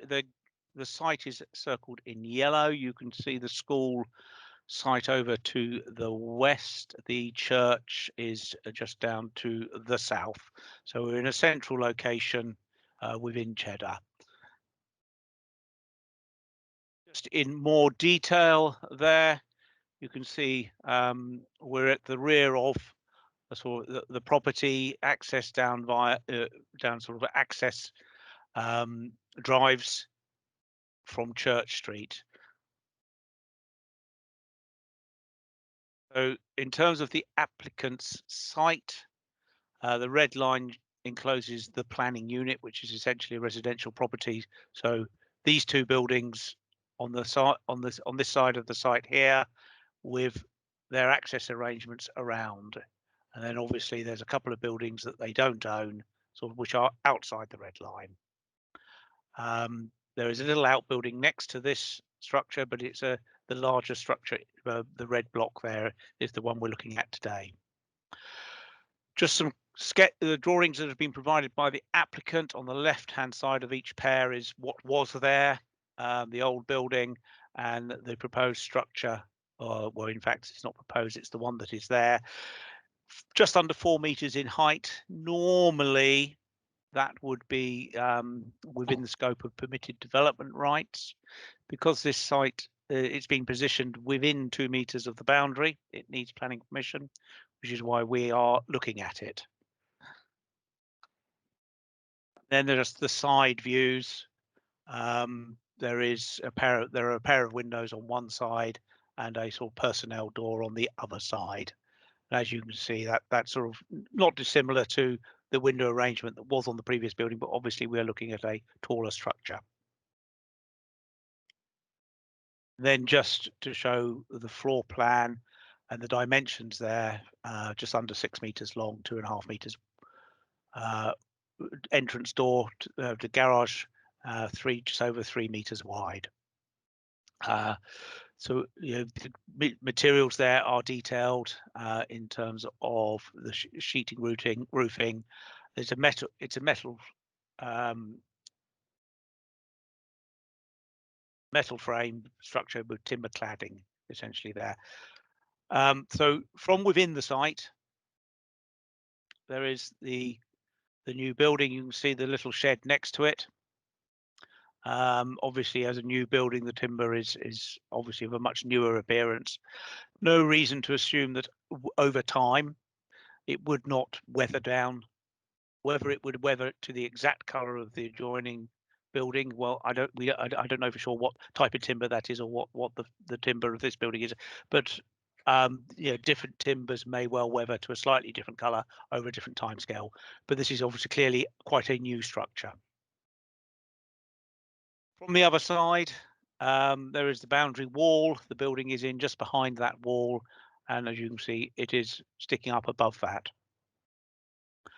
Then internally, there's the side elevation with the two little windows. And from the other side there, you have the door. And then obviously you can see the garden shed building next to it, the existing building. I understand that members have received comments from a resident who is going to speak later, but these are just really so everyone can see them in the same place. The photographs that have been provided, you can see sort of from the views from that property. You can see the height of the new building, which is red roofing materials, not entirely dissimilar to clay, but are not clay. And then obviously you can see that the building, how it sticks up over the boundary next to the neighbour's driveway access on the south side. And then the bottom one is just to give an idea of what was there. As I said, the replacement building is higher than what was there. I think it's obviously that second snow-covered roof there. So really, in terms of the key issues here, in terms of access and highway safety arrangements, it makes no fundamental change to the layout or the parking provision to serve the host dwelling. In that respect, it's entirely neutral in terms of its impact. We are in the conservation area. The wall is that stone wall is an attractive feature of the conservation area. This application is not built on top of it. It is not in any way interfering with the wall. It is, however, close to it, as is the existing timber shed, as was the previous timber shed. I think the mere fact that a domestic outbuilding is built close to that does not make it an unacceptable proposition in principle. Obviously, we do have the appearance of the building. It is higher than that wall. It is newly constructed, and the timber is of a very fresh appearance. Over time, I don't doubt that will tone down. However, whether it will turn into the same colour as the adjoining shed is I cannot say that, because the timber is a natural product. It will, depending on how it's been treated, the timescale for it to weather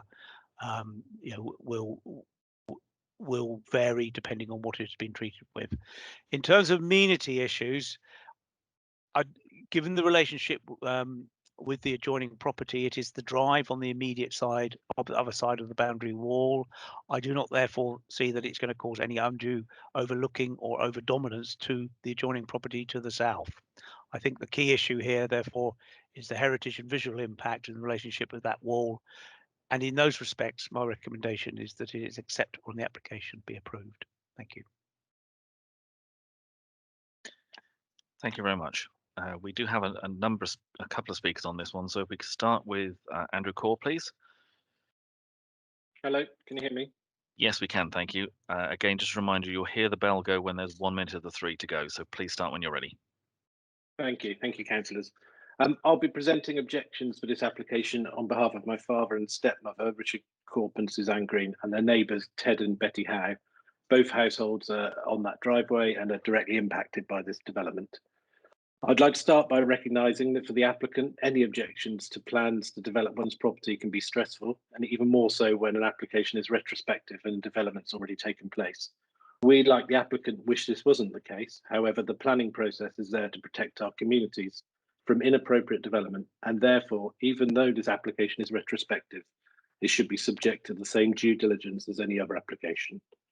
As we set out in our objections to the application on the planning portal, and was supported by Cheddar Parish Council, we objected his application on the following grounds.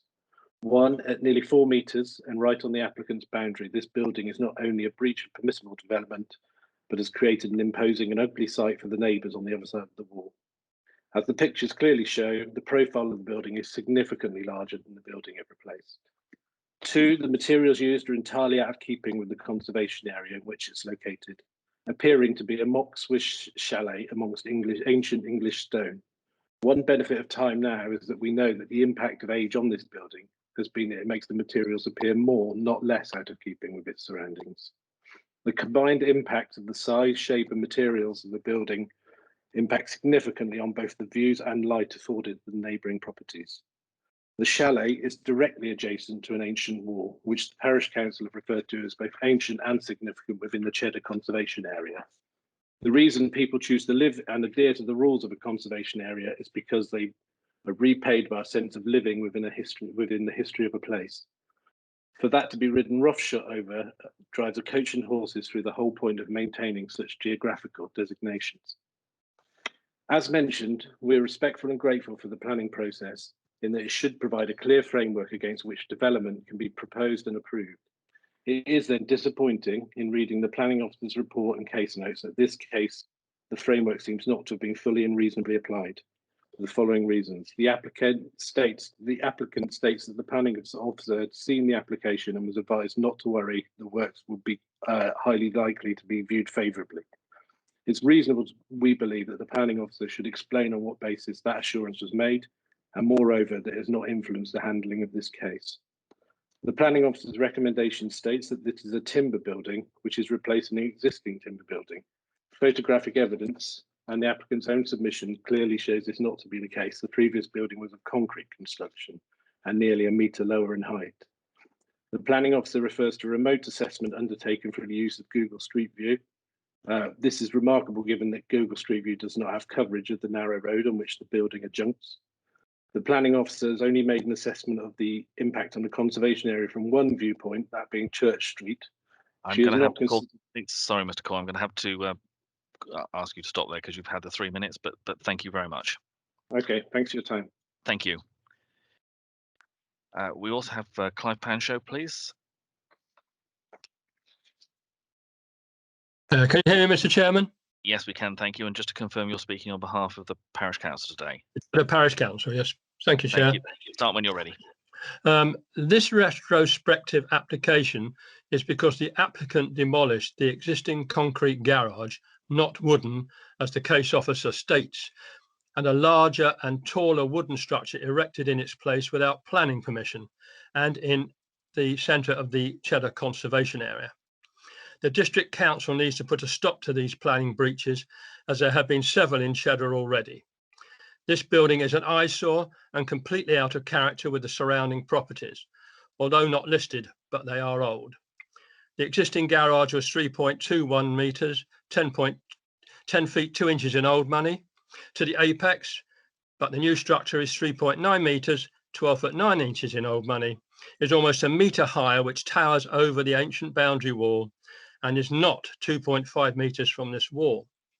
This wall is very old and dates back in history, and the applicant has placed a heavy power cable from the back of the property over the wall for an electric car charger. This may damage the wall, and no permission has been granted for this cable. The Parish Council expects this committee to enforce its own rules, or what's the point of having them in the first place? Therefore, please reject this application as submitted, as it does not comply with policy BE4 of the Cheddar Neighbourhood Plan. For information, BE4 is about maintaining the characteristics of the village, which gives its distinctiveness. This eyesore breaches this policy. Thank you, Chairman. Thank you very much. Just before I come to members, Mr. Noon, is there anything you wanted to pick up in terms of the issues that have been raised by the speakers? If I could just briefly, thank you, Chairman. Adrian, we can't hear you. I don't know what's happened to your mic at the moment. Hang on, probably the wrong. Is that better? Yes, it is. Thank you. Sorry about that. Just in terms of what the previous structure was, apologies if that has been described incorrectly. That, of course, that structure is gone. What it was previously is now replaced by this, and we need to look at this replacement structure on its merits in terms of its appearance, design, etc. In terms of some of the other issues that were raised there, and so I suppose in reverse order, an electric charging point does not need planning permission. Resting a cable along the top of a wall wouldn't need planning permission, nor would attaching it to the wall. In terms of the use of the remote assessment for this application, yes, the case officer has looked at Google Street View. I think she does say in her report that views of the site from public viewpoints are limited. And that I think has been concurred with by one of the speakers. We are in a private backland setting. We are mindful of the fact that there aren't public, prominent public views apart from a passing glimpse when you go past to the front of the property. The design and materials are clearly the key consideration here in terms of the appearance of this new structure. I don't think we would be suggesting to members that timber sheds are an alien feature in the conservation area. I think we can see a few in this photograph. Generally speaking, they don't need planning permission. So they are an established feature of the conservation area. So I think really we are looking here at the scale and appearance of this building rather than the fact that it is of timber construction as being the principal issue here. Hopefully I've sort of picked up the points that were identified. Thank you. Thank you. Members, any comments or questions, please?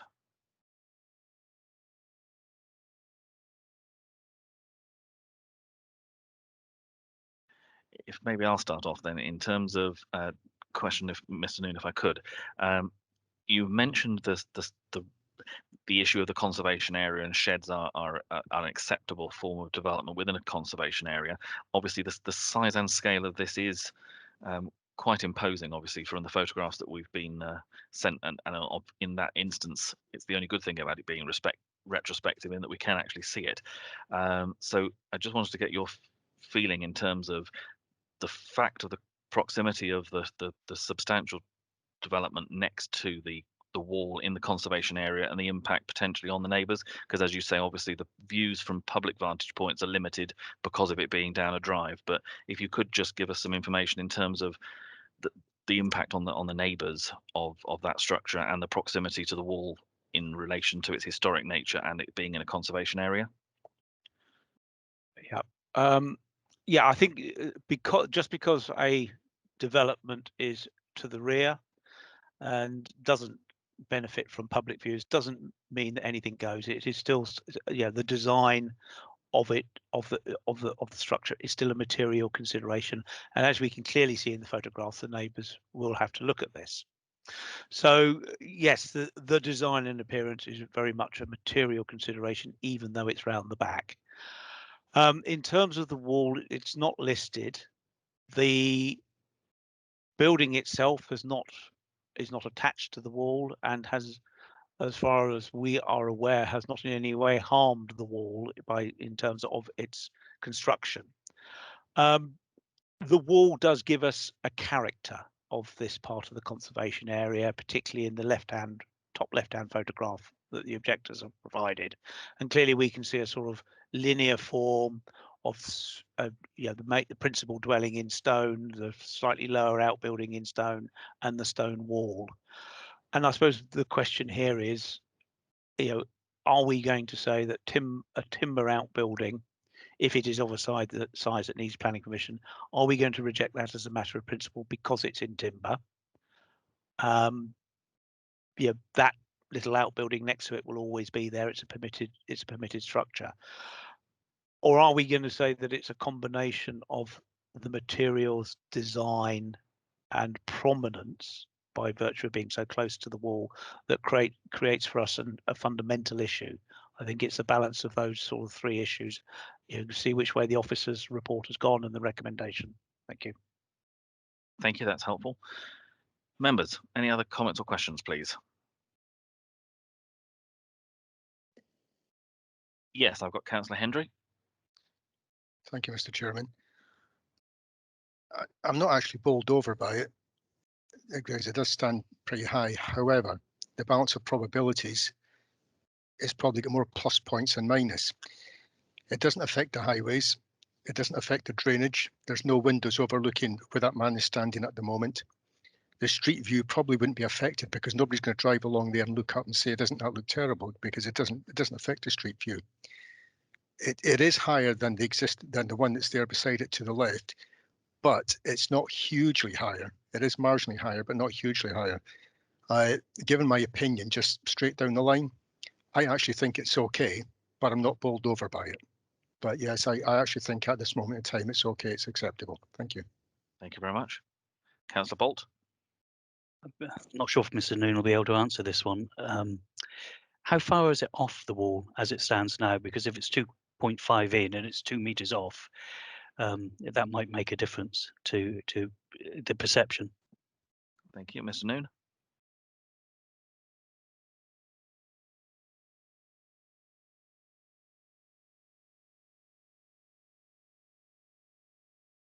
You may be speaking to us, Mr. Noon, but we can't hear No, anything. sorry, I was just looking for the photograph. I was just seeing if the photograph. I think that is the best one. Yeah, it is. It is a few tens of centimeters off the boundary. So it is close. It's not immediately adjacent to it. I mean, I think for construction reasons, it was probably enough for someone to squeeze in around the back to finish it off. I mean, in terms of the appearance there, you can see sort of, the timber there. There's obviously one bit there is weathering slightly differently already.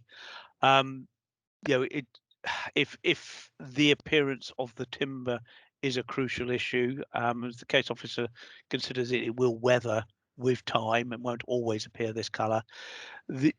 I'm advised that the applicant has indicated that they would be prepared to consider painting it if members felt that that was a deal breaker in terms of the appearance of the timber. And we could make that a condition if members felt that was a useful option. Thank you. Thank you. If I could come back on that one. In the original plans, this is showing a marginally smaller but taller a garage. Can we see the front of the garage? Is it built on exactly the same footprint? Mr. Noon? So there is the plan that they have provided. Yes, it is roughly on the position of the original building. You can see there's a slight gap at the back.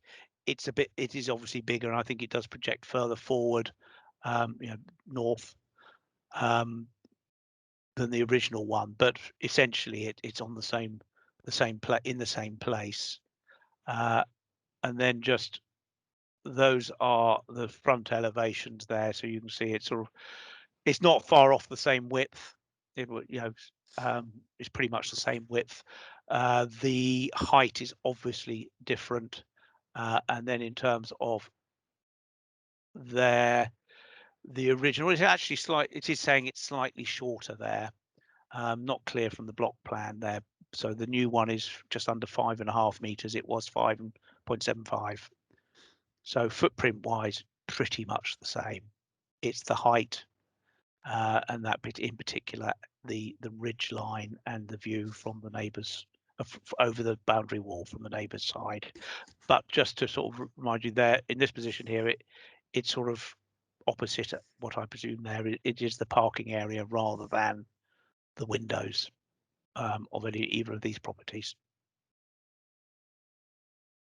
And you're saying that if it was 2.5 meters in, it would be permitted development. Yes, I think this looks like one of those garden outbuildings. Being they're showing it at 3.94 meters. I think it is designed to be in normal circumstances a permitted development structure, and if they were to reposition it, that it could well not require planning permission. If it would, but it would need to be 2.5 meters off the boundary. Thank you. I've got Councillor Facey and Councillor Hendry. So Councillor Facey. Yes, thank you, Chairman. Aren't we lucky having an officer like Mr. Noon? He's obviously offered us an olive leaf, and I would like to suggest that Councillor Bolt's completely right.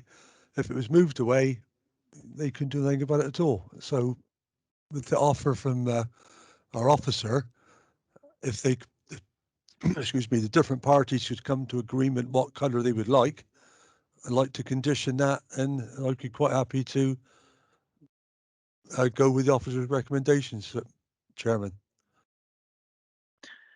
So how we decide the colour, Chairman, I don't know. I was going to come to Mrs. DeVries. In terms of that, we will be looking for a condition which basically said that colour to be agreed with the officers Yes, I think the one thing I would point out as a risk is that the building is quite close to the wall. So if you're looking at painting it with a paint, it might be difficult to maintain. But if you're looking at staining it, a stain you could probably slap on and it drip down and you'd be all right. But if you're looking at covering it with a paint, they may struggle to get in to maintain it because of the proximity to the wall.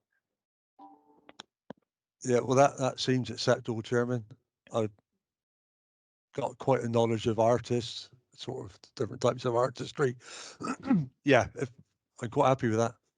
Okay, thank you. Councillor Hendry. Thank you, Chairman.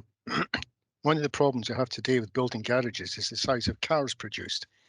And garages of old, which is still put on housing estates today, just have not grown with cars. And if you have, just say, for example, a Land Rover, an SUV of some type, whatever the case may be, you'd never fit it in a standard garage anymore. So this here is obviously slightly larger than standard garages would be, and that's understandable. Absolutely okay with that. You have to build garages now in accordance with the size of vehicles. Councillor Facey is absolutely quite right in what he said about maybe staying in something like that just to darken it down a little, because as it stands, it is very bright. It's a kind of a little bit of a blot on the horizon, but it can be darkened down, or it can be dealt with by staying. But yeah, I can see the size of the garage. It has to accommodate just bigger vehicles as things go with the height of the door, etc. And at this moment, I still stand by what I said. And on that movement, I would second Councillor Facey. Thank you. Thank you. Any further comments or questions from members? I'm not seeing anything else. So in effect, we have a proposition which is to grant permission with an additional condition relating to the staining of the wood. Wording of that to be agreed, I guess, with Chairman and Vice Chairman, if you're happy with that. Mrs. DeVries? Okay. If there's no further comments, those in favour of that recommendation, then please show. That would appear to be unanimous. Yeah, that is clearly carried, so that is granted unanimously with that additional condition.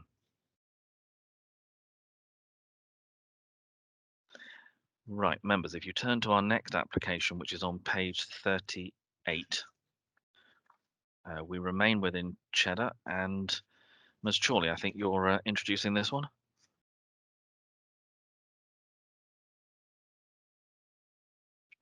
Again, Emma, I'm not sure if... Oh, sorry, that's okay. I wasn't sure if you were saying anything. Okay? We can now, thank you. Thank you. And hopefully you can see my screen. Yeah, we've got the cover sheet. Excellent. So this is an application for the erection of a single-storey rear extension at 30 Littlewood Way in Cheddar.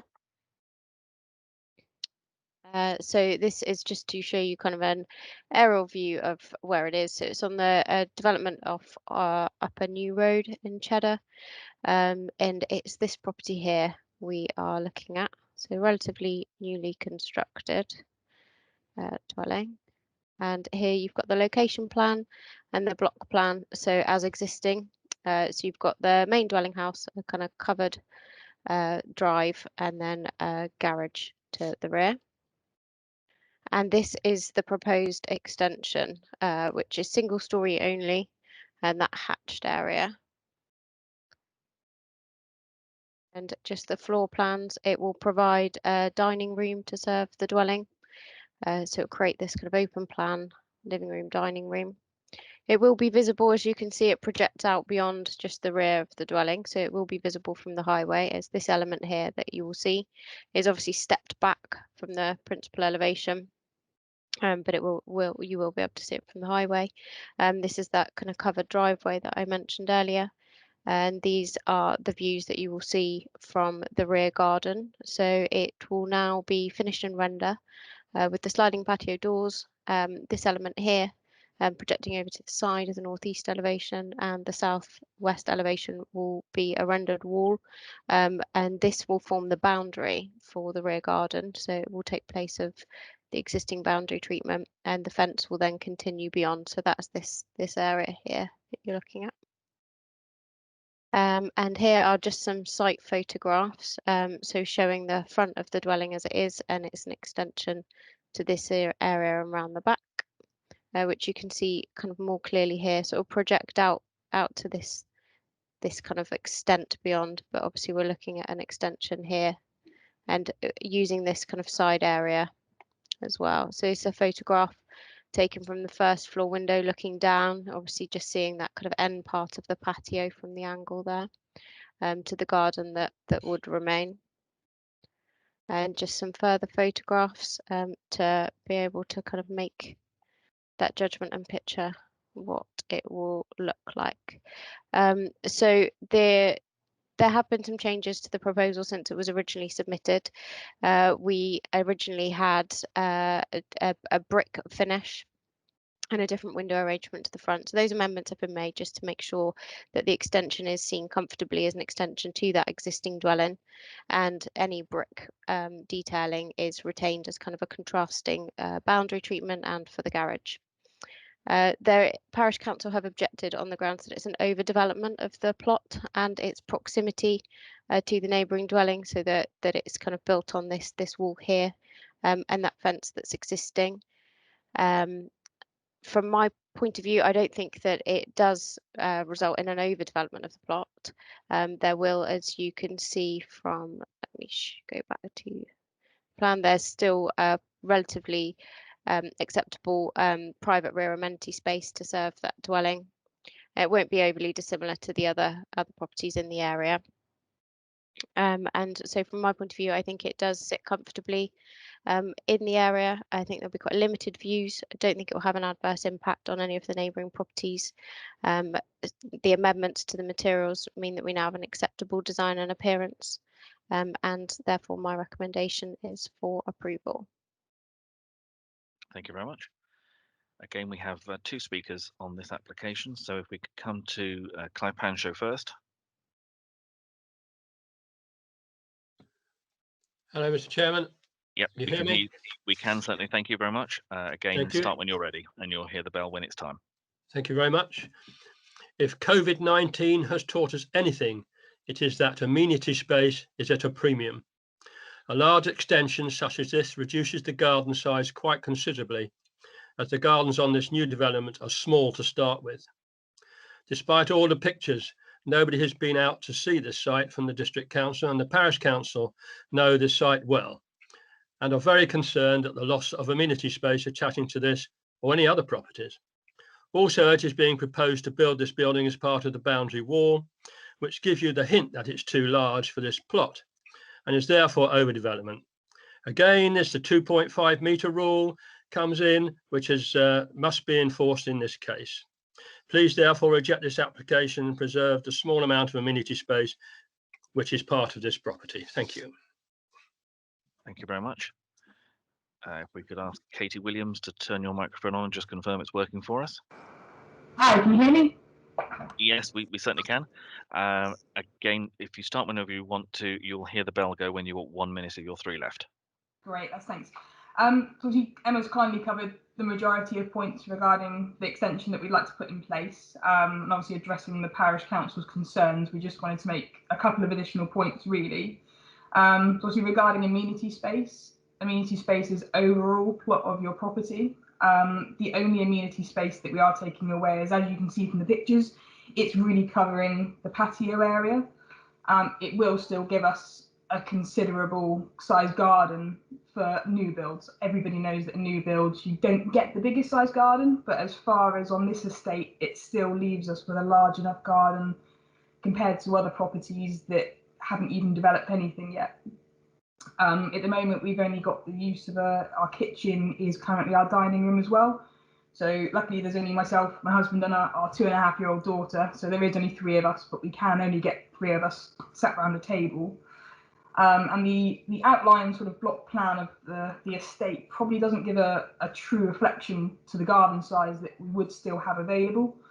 Obviously, if we were to go ahead prior to putting forward a planning application under permitted development, there would be such a tiny gap between the existing garden wall and the extension that would probably have a bigger impact on our amenity space, because it would just give us unusable space instead. And regarding being on the boundary wall, obviously the plans are that our existing garden wall is on the boundary, and that garden wall will just now be replaced with the extension. and obviously it's taking away part of the fence just because of the depth. But 50%, well, over 50% of the other properties on this development are actually already built on their boundary, so it's still keeping in it's in keeping with the existing developments that we have already built. Obviously, it's only trying to add a dining room to make it more of a family home. We're lucky that the upstairs of the property is a good size, just the bottom doesn't quite add up, so it just helps finish it as a good family home, really. And obviously we've let every neighbour know, even ones that haven't had letters. Nobody has objected to the plans. Everybody's really happy with what we're doing, and everybody's actually quite looking forward to seeing what it would be, which is complementary to, you know, the architects that have designed it, really. So yeah, that was just the extra points we wanted to raise. So yeah, Okay. thank you. Thank you very much. Members, any comments or questions, please? I've got Councillor Grimes first. Thank you, Chairman. One question first. Are there any windows on that gable end where this extension is going? It doesn't look as though there is. Ms. Chorley? Thank you, Chairman. No, there are no windows proposed, you can see here. So there'll be glazing to this kind of rear elevation here, which you can see here. And then a small window here that will kind of look out effectively towards the rear amenity space and driveway, the existing patio. That elevation that will face the walkway, the pathway to the rear of the neighbouring properties will remain as a blank elevation. Yeah, I think what I was getting at was in the property next door, are there any windows in there that's looking at that extension? I don't think there is downstairs, doesn't look like it. Not at ground floor, no. There's a window obviously at first floor there. There is, as you can see here, there's already the extension will take up this area here. So there's already a kind of wall and fence boundary there. Thank you. I have to say that I have to agree with the applicant, really. I mean, if you look at the floor plan and the garden next doors and around them, I think the garden that they're left with is still possibly bigger than what there is next door anyway. So, and this, I don't have a problem with this application at all. Thank you, Chairman. Thank you. Councillor Hendry?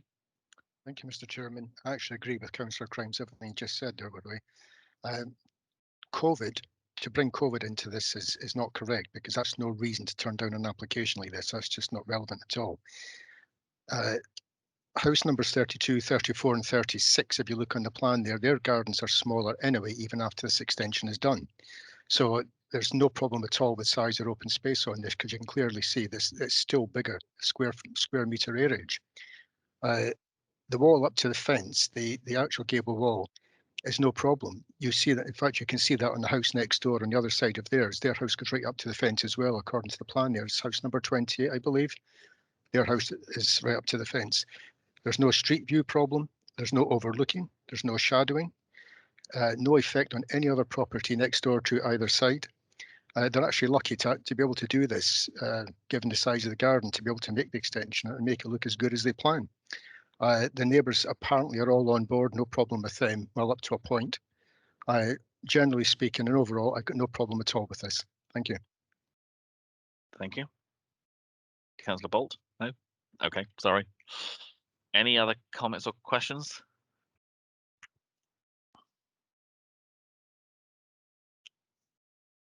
Right. You're going to get... Okay, Councillor Bolt?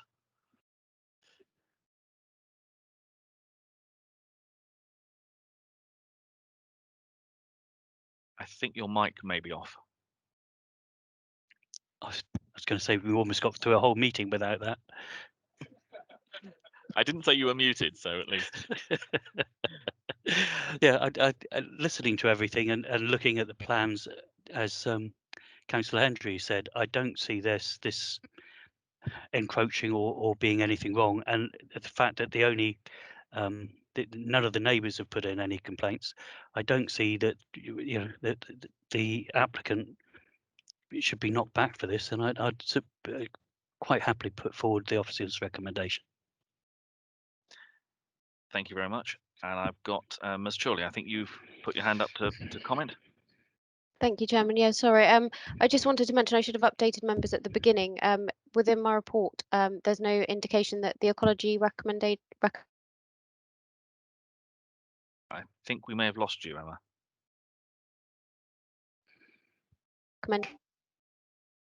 So that would be a further condition for members to be aware of. I'm sorry, we had the start of that, and we had that will be a further condition, but we lost everything in the middle of it. So could you repeat that, please? Lost the important bit, sorry.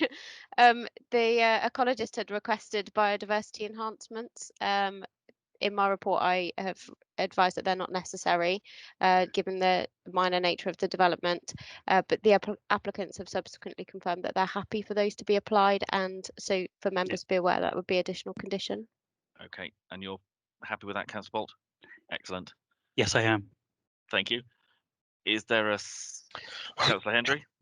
Thank you, Chairman. On the points I've already stated myself, and I agree with Councillor Grimes, everything he said too. So I'm happy to second Councillor Bolton on this proposition. Thank you.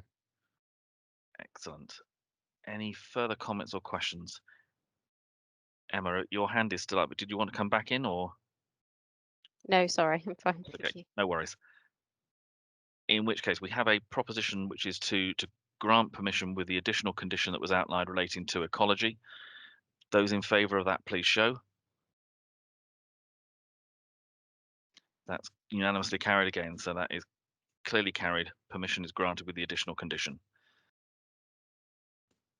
Chairman, I was going to add that the condition is going to be agreed through delegated authority. Okay, thank you for that, Ms. Lehman. I did. Yeah, your hand's just only literally this minute. No, gone up on I my had screen, so. I had a struggle trying to get the hand to come up on my screen. Apologies. No worries. Yes, Councillor Facey. Is it possible for a quick break, Chairman? Yeah, if members are happy, we'll take a short comfort break. I'll probably, if members are happy, we'll make it 10 minutes.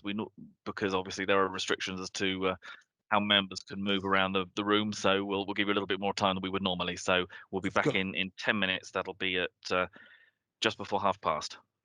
Thank you. Right, welcome back, everyone. If we can carry on with the next application, we're on page. Which page are we? Page 48. And we have Mr. Titchener. I think you're presenting this one for the Woollavington application. Yes, thank you, Chairman. Yes, I am. Can you confirm you can all see the presentation? Yep, we've got your cover sheet up. Excellent. So it's an outline application with all matters reserved except for the access for the erection of up to 3 self-built dwellings. And we're located at Newhouse Farm off Reeds Drive in Woollavington.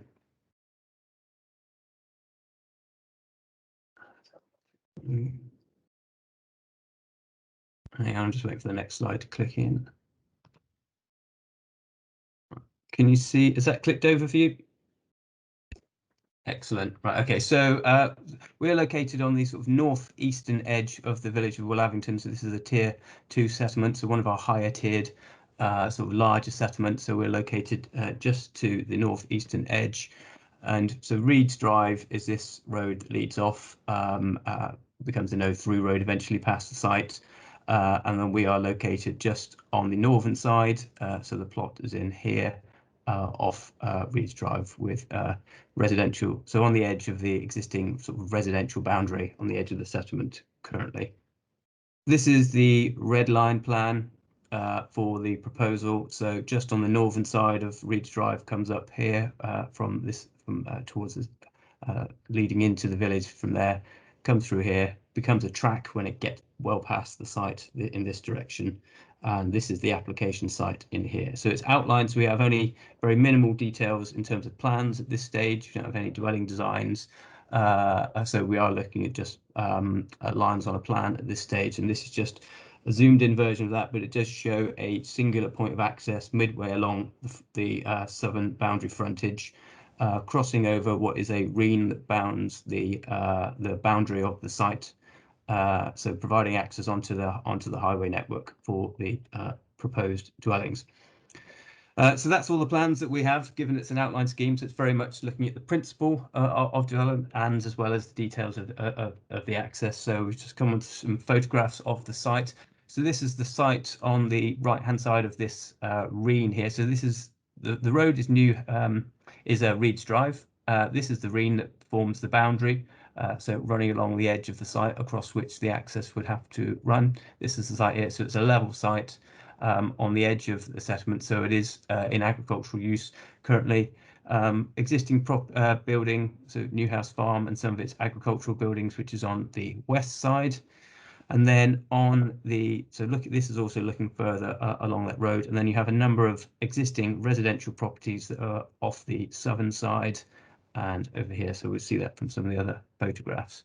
Again, just looking out across the site, that's also looking towards Newhouse Farm. And then this is sort of taken from just slightly around the bend on Reeds Drive, looking towards the properties here. There's a mix of property styles of different ages. Some are older, some are sort of slightly historic properties. Then there is some post-war infilling as well. So this is a property, quite a large property off on the east side of the proposal site, sort of almost forms the sort of eastern boundary of where the site is. Again, looking at it from a distance, looking along the road, you get a sense that yes, there are properties sort of hugging this southern and sort of eastern boundary of the site, and that the proposal will sort of fit in this sort of space here between existing edge of settlement development. Again, just some of the context buildings around. I mean, that's the extent of photographs. It's a flat site. There's existing residential properties adjoining. So we just need to go through the main matters that are relevant to this application. So in terms of principal development, this is a scheme which is in outline. All matters are reserved except for the access. They propose up to 3 self-built dwellings. So it doesn't need to be 3 when reserved matters comes in. It's up to. It's on a site that adjoins the settlement boundary, so the settlement boundary wraps around the southern edge of the application site. So those properties that I showed along that southern edge are within the settlement boundary. So the principle of small-scale self-build proposals is set in policy D10 of the local plan. So that says those type of schemes, fewer than 10, are acceptable in principle. And one of those main criteria is that they should be well related to settlement boundaries. So in this case, we're very much adjoining the settlement boundary. So there is the absolute proximity to the settlement boundary. Sometimes well related can mean doesn't always need to be adjoining, but in this case we are. So in that sense, it is policy compliant with that element of the policy. So also in terms of self-builds, the council has a self-build register, and the policy talks about there being an evidence need for self-build in the particular location to justify the proposal. Now, the policy team have provided they hold the register and they've provided the data on it, and they indicate that there's a need for further self-build dwellings in Willabington. And currently on the register, in terms of unmet need, there's an outstanding need currently 5. So the scheme proposes 3 dwellings, which would contribute towards meeting that need. So that's people who've expressed an interest in having a or in constructing for themselves or commissioning someone to construct for them a self-build property in Willabington. So there's currently a need of 5, and this would contribute towards meeting that need. The policy also talks about that proposals should be of an appropriate size and scale to the existing community. Now, Willabington is one of our larger villages. It is a tier 2 village, so it's one of our sort of largest. Just below, sort of above it, you're very much into the Cheddars, the North Pethertons, and then Highbridge, Burnham, and Bridgewater. So it's, in terms of the villages that we have, it's one of the largest ones, and that's why it's a tier 2. So the proposal, given it is only 3 dwellings, would represent only a modest addition to the existing housing stock in Willabington. It's a site that is on the edge of the village. There are properties of varying ages and of styles and form immediately adjoining. Now, it would be viewed, if you were standing, for example, to the north of the site, then any development would be viewed against the backdrop of existing development that already rings along that southern boundary of the site. So there's all existing context of built form in that area. Design, is a reserve matter. So as I said, we don't have dwelling designs at the moment. So we only have the scheme and outline, but there's no reason to consider that appropriate designs cannot be achieved at reserve matters stage that are appropriate to the context. There is a varied sort of style of dwellings in the area, and they'll need to take account of that. But good design, good landscaping, there's no reason to believe that those policy requirements could not be satisfied if then at reserve matters stage. Now, there are some other parts of the self-build policy which talk about that the occupants should be involved in the future occupants of the dwelling should be involved in the design, and the dwelling should be occupied by the applicants. Those elements can only be assessed at reserve matters stage. That's and would be consistent at reserve matters stage. So that's sort of normal in this type of approach. It's sort of we have to apply part of the policy at outline stage and part of it at reserve matters because the intended occupants at the current time are not known. But in terms of the matters that we can assess outline stage, it's considered that the proposal is in compliance with the self-build policy, which ultimately does allow edge of settlement self-build schemes. And then just coming on to some other detailed matters, having already looked at the principle. So the site is accessed off Reeds Drive. That is a no-through road. It does serve a number of those properties before its junction with Chill Pits. The Chill Pits is a road further into the village to the south. So it's already serving several properties. Locally, we acknowledge that the Parish Council and residents have raised concerns about traffic generation and the impact of traffic arising from the development proposal on the local highway network. That's been raised in several comments. The Highway Authority originally provided standing advice on this proposal. In light of the parish's comments, I sought some more detailed consideration of the Highway Authority, because in standing advice they would normally just refer us to a document without specifically looking at the scheme and ask us just to compare it with standing advice. But in this case, because of the local concerns, I asked the Highway Authority just to take a view on the scheme. Which they have done, and in their view, they noted the scheme was of only for 3 dwellings, and they considered it would be largely neutral in traffic terms. They did take into account the scale and nature of traffic generated, trip generation, in coming to that view, and ultimately they've raised no objection. So it's not considered, having taken into account their specialist views, that the scheme would have a significant negative impact on the function of the local highway network when taking account of the fact that we're only talking about 3 dwellings. Some concern has been raised about the width of Rees Drive and possibly the lack of passing places and lack of footpaths, such that people already have to walk in the road, that any future residents may have to walk in the road. The image on the right is taken from our mapping, but it's the coloured areas is the extent of the highway. So you can see the highway sort of delineated by this colour. So there are actually, when you look at the extent of the highway, you can see that it does widen on the corners here. It does widen here. So actually, in terms of the actual formal part of the highway, there are actually some passing places that could be used for vehicles to pass each other. It's also a relatively short stretch of highway from here before you're into the remaining network in the rest of the village. It's acknowledged that there are no footways along the part of Reeds Drive in the vicinity of the site, and people accessing the centre of the village on foot would have to do it without a footway.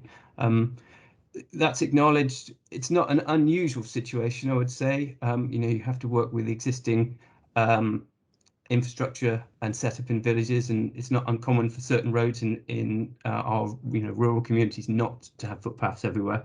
We have to take account of the existing situation as it is. But Reeds Drive is a no-through road. It is a lightly trafficked road, and vehicle speeds along that road are low.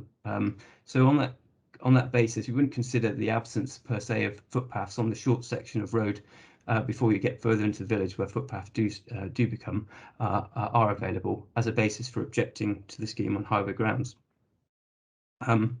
Just continue in terms of the actual access that's proposed, that I showed as midway through the site frontage. So When the scheme originally came in, they had shown on their plans 3 individual accesses, so an individual access for each of the 3 dwellings they were seeking. So we sought amendments so that would only be a single point of access, which would serve all 3 dwellings. So there is good visibility in either direction across the site frontage. As you can see from the photographs, the site has a straight frontage with very low boundary treatments along it. There would be a condition to secure that visibility. Other matters, such as the amount of parking provision that would be provided, would be assessed at reserve matters stage when layout is submitted. But for the purposes of the outline application, it's considered that the access itself, and in terms of its trip generation, it is acceptable on highway grounds. Just a couple other sort of technical matters in terms of drainage. So the site is in flood zone 1, despite being sort of low-lying on the edge of the village, it is flood zone 1, so that's the area where development is acceptable in principle on flood risk grounds. The Drainage Board were a consultee when we consulted them originally on the application, and they had raised concern about the potential for impact on the Reen along the site frontage. They subsequently recommended provision of a buffer strip to preclude development within 4 metres of that Reen, secured by condition. Part of their concern was that if you provide 3 accesses along the frontage, each will need to be individually culverted, and then you will end up with a series of culverts. So they had concerns not only from a maintenance point of view about nothing being too close to the Reen, but also there's other objectives that the Drainage Boards are seeking in terms of ecology, and that would have been undermined by a multiplicity of culverted accesses. So it's been amended to 1, partly to address concerns of the IDB. So it's just a single point of access. They no longer are objecting on the basis that that condition would be imposed about the buffer strip. So that's one of the conditions listed on in the report. So subject to that, we have no technical objections from any statutory consultee in terms of flood risk or drainage.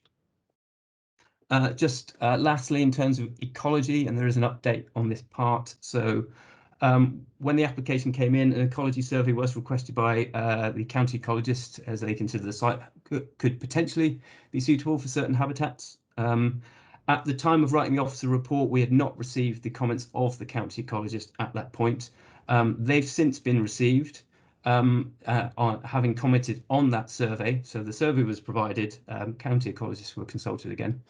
They noted that there is an absence of suitable habitat for amphibians, no buildings or trees with roosting features, no badger sets, no cover for reptiles, limited potential for nesting birds, no suitable habitat for dormice, nor suitable habitat for otter and water vole. So the county ecologist says there's no requirement for any further surveying, and states that their objection can be removed subject to the imposition of conditions. Now there are some additional conditions proposed over and above what's set out in the committee report. So that would be a condition for a construction environmental management plan. So that's mainly to manage the environmental and ecological impacts of construction period.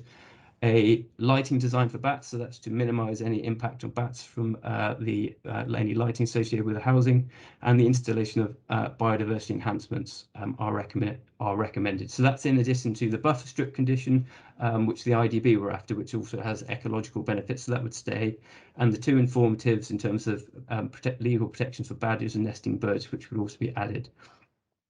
But on that basis, it's recommended that those are added to the decision. Lastly, just on ecology, it's noted that some residents have raised queries with an assertion in the Quantock Ecology Report, so that's a report commissioned by the applicant, but whether the Reen along the boundary is dry for most of the time. The report says that it is. Some photographs have been submitted to residents who show that it's wet. So the county ecologist has noted that Reen was expected for evidence of water voles and otter. So it seems to be that it's those type of species that would be more likely to use a wet rather than dry ditch. But in their assessment, they've noted that no water vole burrows, otter spraints, and that's the technical terminology for evidence of otter presence, were identified. So I note that there's this discrepancy about whether it's wet or dry, but the things that they needed to look for in terms of the protected species and their evidence, they have looked for them and they did not find the evidence. So I note the discrepancy, but actually the important thing that needs to be looked for has been done. So the county ecologist is satisfied that the site has therefore been adequately assessed and is not objecting to the proposal. So overall, it's considered that the proposal complies with the relevant self-build policies. We don't feel that there's any issues which cannot be satisfactorily addressed by conditions or at the subsequent reserve matters stage when we'd be looking at design, appearance, landscaping, etc. So it's recommended that permission is granted subject to the additional conditions I've mentioned as recommended by the county ecologist. Thank you. Thank you very much. As you'll see, we've got a number of speakers on this application. So we'll take the first one, which is Bob Darch. Could you just turn on your microphone and confirm it's working, please?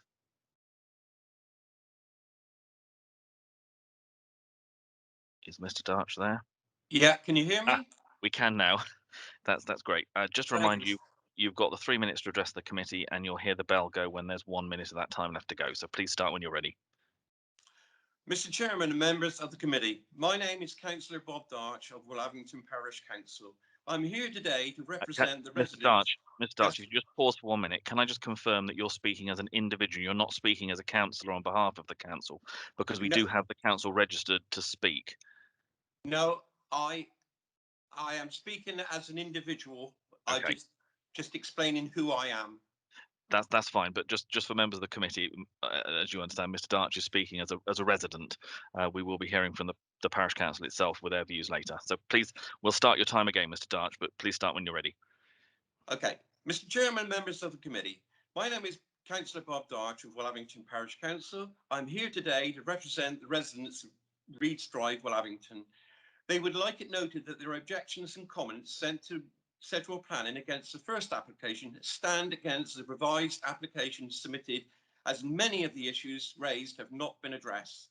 They would also support Parish Council in their objections to the revised application, and again, several issues have not been addressed as listed in policy D9.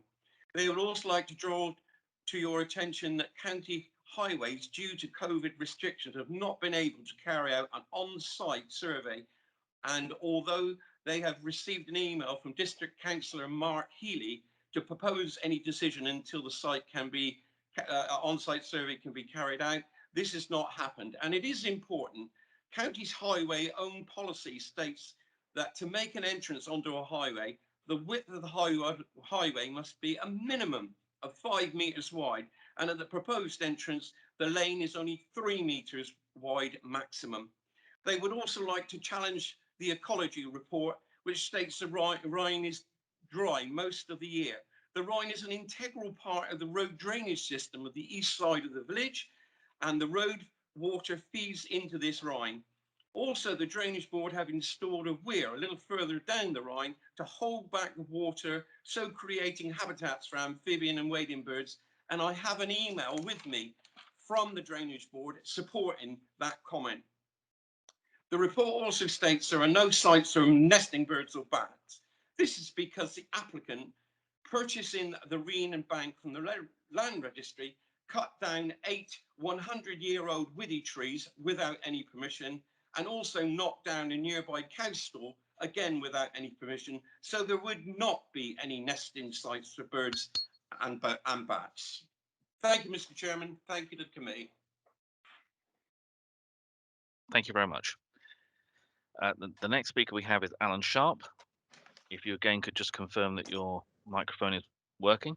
Yes, I can confirm if everybody can hear me. Yeah, we can. Thank you very much. And again, just to confirm, you're speaking on behalf of the Parish Council today. Yes, it's Alan Sharp, Chair of Parish Council for Willavington. Terrific. Start when you're ready, and you'll hear the bell when you've got a minute to go. Okay. The Parish Council would like to highlight key aspects of their objections that have not been fully addressed by the officer's report. Firstly, contrary to the officer stating there has been meaningful consultation with the Parish Council, This has not been the case, as neither the applicant nor the agent has asked for a meeting to discuss this application. The only contact with the applicant was as a result of a site meeting with the parish arranged to review the application as a form so as to formulate its response. Therefore, it is contested that this aspect of policy D9 has been met. The next issue is with regard to the highways. The parish council understands the application may meet the standards with respect to traffic movements, etc. However, local circumstances need to be taken into consideration as well, and this application is a case in point. The proposed entrance is adjacent to the narrowest part of the lane, approximately 2.5 metres wide, as been highlighted earlier, meaning that it will need to be so the entrance will need to be at least 2 car widths wide to allow 2 vehicles to enter and leave at the same time, because there's not enough room on the road to actually get to pass 2 cars at that point. The application is for access in terms of the outline planning, and therefore, because of the location, it should include the parking considerations within the site as well, because of the fact that you cannot allow out on the road parking, because that is used although traffic movements are low, it is access for agricultural use. There are stables down that lane, and also access to agricultural fields. So farm implements need to have unrestricted access during the period of time. So therefore, we consider that it is not appropriate to leave this to the reserve matters in terms of the parking considerations, because there would be insufficient space within the proposal if there wasn't significant space on the site for parking. We also highlight the fact that it says that full and reserve matter applications within the policy, the applicant must be the future occupier. However, we believe that this ought to be identified as part of this application, because it's not clear how it's going to fulfil the self-build needs. So therefore, we believe that that is an integral part for this application. Thank you, and therefore, as a result, to call you to an Yeah. end there, because you've just gone over the 3 minutes. But, Oh, but thank sorry. you very much. that That's was no the problem at all. conclusion anyway. So thank you. Excellent, thank you. Right, we come to our final speaker, which is Robert Stone. And Mr. Stone, you're able to join us in the room, so hopefully we have got you connected. Can you just check that it's working? Can you hear me, Mr. Chairman? Yes, we can, thank you. So again, you'll hear the bell when there's 1 minute left to go, but please start. Okay, good afternoon, Chairman, members of the committee. The applicant, Mr. Pole, has asked me to come here today to speak in support of the application before you. We feel the plan officer has presented and discussed all the main points. We don't propose to repeat his comments. However, we would just draw to a few following main comments.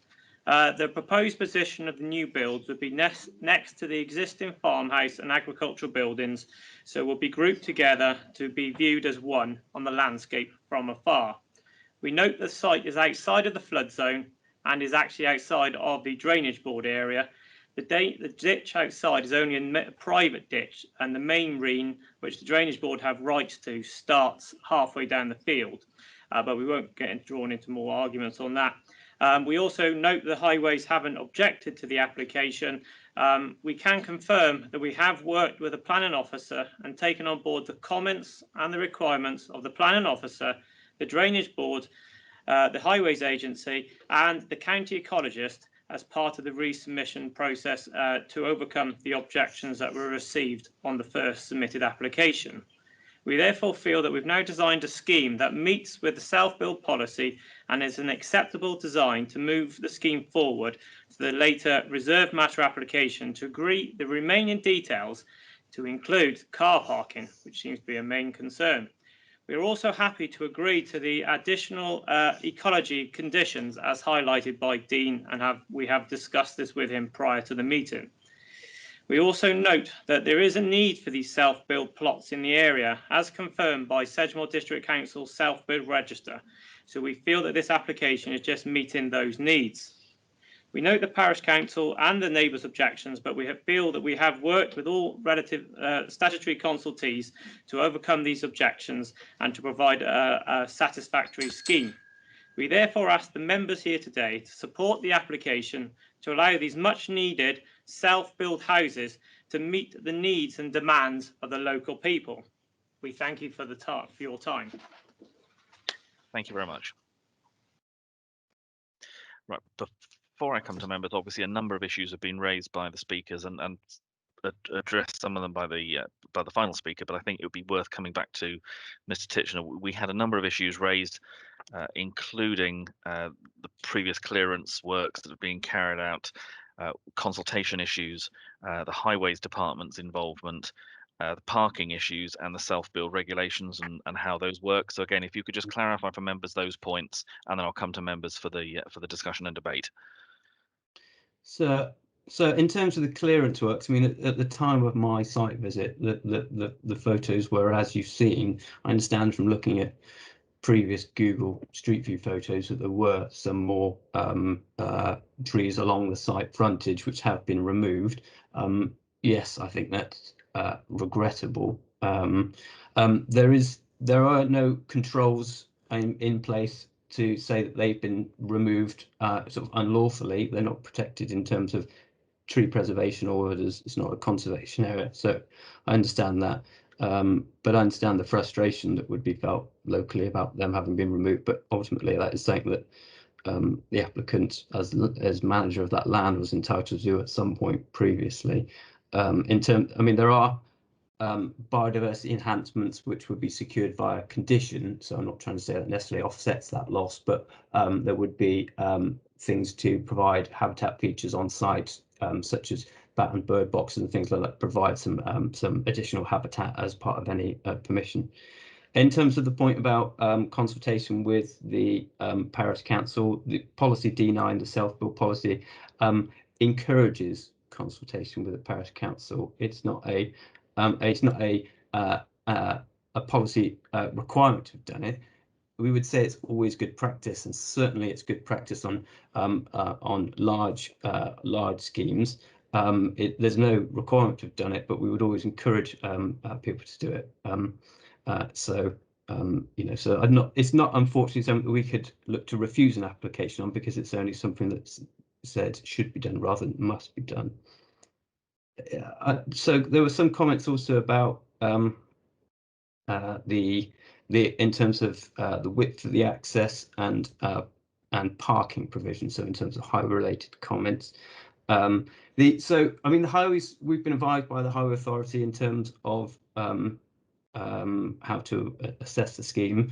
They hadn't requested any conditions about the width of the access. Ultimately, there's a couple of ways to look at it. Normally, you would put in a wider access where you want two vehicles to be able to pass at the point of that they emerge out of the access. Normally, you'd want that on particularly busy or classified highways, so that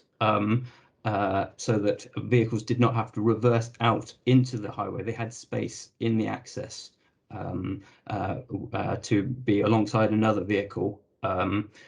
So obviously we're not talking about a classified road here, we're talking about a very rural lane. I mean, layout is a reserve matter, so we'll be looking very much at the layout, the widths of how the scheme is laid out at reserve matters stage. I think if it was something members felt really strongly about in terms of specifying a width of an access, and such that any reserve matters scheme was designed in accordance with that, I don't think that's something that we would be raising an objection to. Parking was also raised, and the representative from the Parish Council had said that we should be specifying parking. I mean, parking is a reserve, so layout is a reserve matter, and that is the point that we will be looking at parking. The parking standards do vary dependent on the size of the properties proposed, and we don't know the size of the property. So the number of, as the number of bedrooms change, the number of parking. So it would be difficult to predict the number of parking spaces required until you've seen that scheme. Nonetheless, if the concern was about when the reserve matters scheme comes in, does it have enough parking for the number of dwellings proposed? Well, if it doesn't have enough, if it doesn't have enough parking, then we would have and that was resulted in unacceptable impacts. We would be able to refuse the scheme at reserve matters.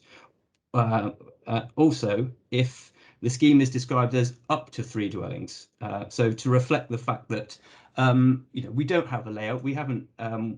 In principle, 3 could be achieved, but actually, once you design the scheme, put it on paper, actually, if you find that it can't provide the parking it requires, or it can't provide something else that a site needs, say reasonable sized gardens or something like that, then the applicant would need to drop the number of dwellings. So there's flexibility in the description of development to drop it down to make sure it can provide for the level of parking on site for the size of dwellings proposed. And I think finally, there was just some comments about the application of the self-built policy in terms of the applicant should be the occupant. Like as I said in my presentation, that's not something we can specify at this stage. The policy does allow us to consider applications in outline stage. We know there's a need in Woollavington for self-built dwellings as set out under the information provided by the policy team. It does set a basis for us to consider applications at outline and reserve matters. So that specific criterion will be considered at reserve matters stage. So it will take place. It's just a 2-stage process in this case. Thank you. Thank you very much. Members, any questions or comments, please? Councillor Hendry. I beat you. Thank you, Mr. Chairman, councillors, and thank the case officer for the presentation, very detailed indeed. There's obviously a lot of opposition to this, which has been spoke about over sat here today this afternoon, but not everything is negative. There's a lot of good points too. I'm not going to troll over everything that obviously Dean's just gone over with all the case there, but very, very briefly, because he's covered most of it, well, pretty well all of it really, to be honest. It's within the settlement boundary. Policy D10, local plan, states fewer than and 10 properties is acceptable, but we know that anyway. There's a need for 5 self-build, and they want to build 3 at this moment, but that hasn't come in. It will come in later at a different point under the reserve matters. The highways seem to be on board. Reed's Drive is not such a big problem because it's not that long. So when the traffic comes out of the 1 access, which is much better than 3, when the traffic comes out there, come out in penny numbers. It's not going to come out all at one time. And because the Reed's Drive is so short, it wouldn't cause a problem in my eyes at all. You could class this in its own right as an infill because it sits tight on the corner and there are other properties all around it. Given all that, the statutory consultees seem to be on board and they don't have any problem at all with this. So at this moment in time, I'm perfectly happy, Mr. Chairman. I don't have any problem. Although there is negative comments, I personally have no problem with this. Thank you. Thank you very much. Any other comments from members or questions? Not that I'm seeing at the moment. In which case, if there's no further comments or questions, I'm looking for a recommendation then, please. Councillor Hendry. Put the mic back on. Yes, in view of everything I've just said, I'm quite happy to put forward the officer's recommendation. Thank you. Okay, is there a seconder for that? Councillor Glassford. That's fine. Any further comments or questions? Yeah. No, it's okay. Thank you, Councillor Glassford. And just to confirm, those who proposed and seconded that, that's including the extra conditions that were outlined by the officers in the report. Thank you. And thank you, Mrs. Lehman. Any further comments I'm not seeing, so we'll come to the vote, which is the recommendation has been moved and seconded to grant permission with the additional condition. Those in favour, please show. That is clearly carried. That's unanimous. So that is granted.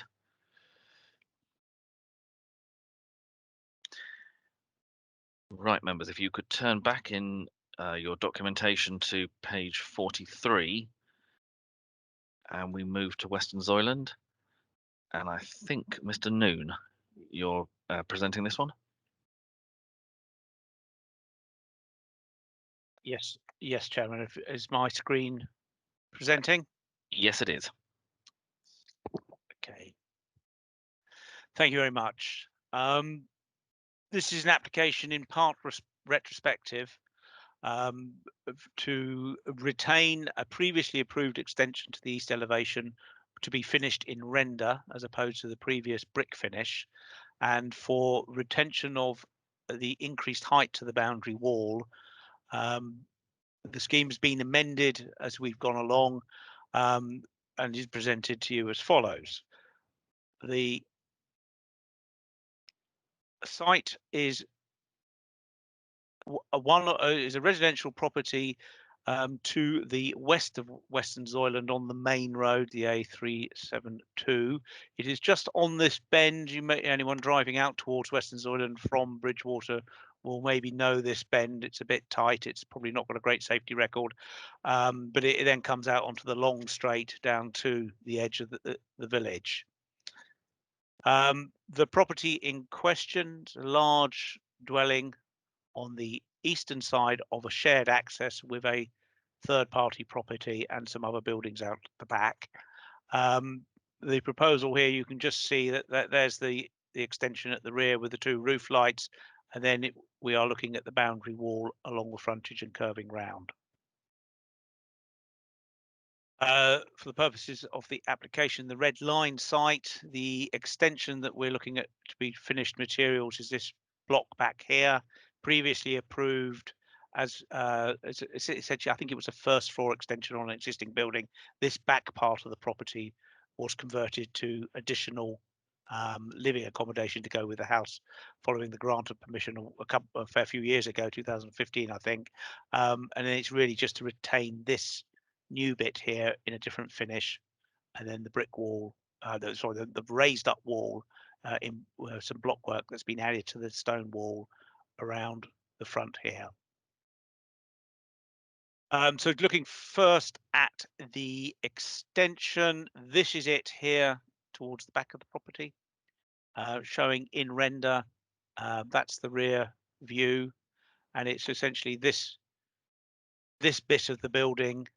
This is sort of flipped round, so the road is out to the front, sort of up on this drawing, and then it was this bit here, I think, that was added over what is shown as the lounge, and we're now looking at a finish in render of that part of the building. And then to the front, the blue line here indicates the extent of the reworked wall, and you had some stone here below it in purple, which has been raised up with the addition of some courses of blockwork laid flat to raise it up. It varies in height across the frontage. You can see in that little photograph there. You can also see that the highways verge between the wall and the road, and sort of the visibility being maintained looking to the east towards Western Zoyland. Just confirmation of the visibility displays, unhelpfully done in yellow. It's not much clearer when you zoom in, but they're showing here that they can maintain sort of visibility behind the wall to the east of 160 meters, which is appropriate for the speed limit.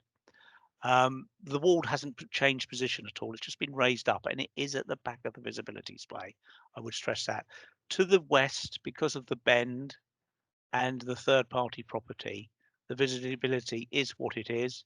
It is substandard, but it is not in any way altered by this application. So we're only really looking at the wall behind the display to the east. So photographs, there is the extension. That is to be finished off in render to match the rest of the building. That in its own right, I think, is considered uncontentious and has not really sort of raised a lot of concern in the course of the application. The issue that has cropped up is this wall here. You can see the blockwork uniformly added on top of the stone.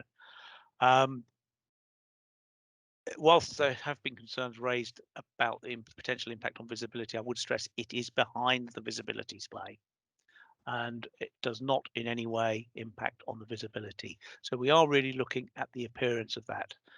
We have raised a number of concerns with the applicant in terms of the way, the method of construction, and certainly the appearance of it. They are willing to, and have agreed as part of this application, they would render the top part of it, so you would have the natural stone wall with a rendered finish to cover up the blockwork on top. So just in slightly closer detail there, you can see the blockwork does look a bit crude on top of that, but subject to an appropriately rendered finish, it is considered that would not be inappropriate for the detail of the wall. And as you can see here, looking from the position the photograph is taken, approximately 2.4 meters back from the carriageway edge, you can see the visibility is not impeded by that wall. And then looking the other way, that's the neighbour's wall. That is out of the control of this applicant. So really, in terms of highway safety, the scheme is neutral. It doesn't impact on the visibility, either east or west. And the key issue here is that of the visual impact.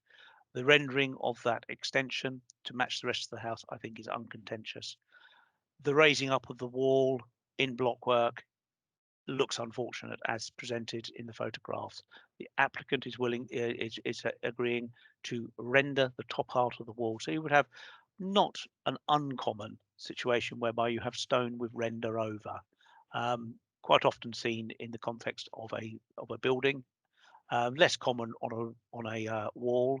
However, it is not considered here in this instance, in this setting, where we're dealing with an unlisted building, not in a conservation area. It is an attractive building, I will give it that, it's historic, but the finish that the applicant is proposing is not considered so poor as to warrant a recommendation of refusal, and therefore the recommendation is to approve. Thank you.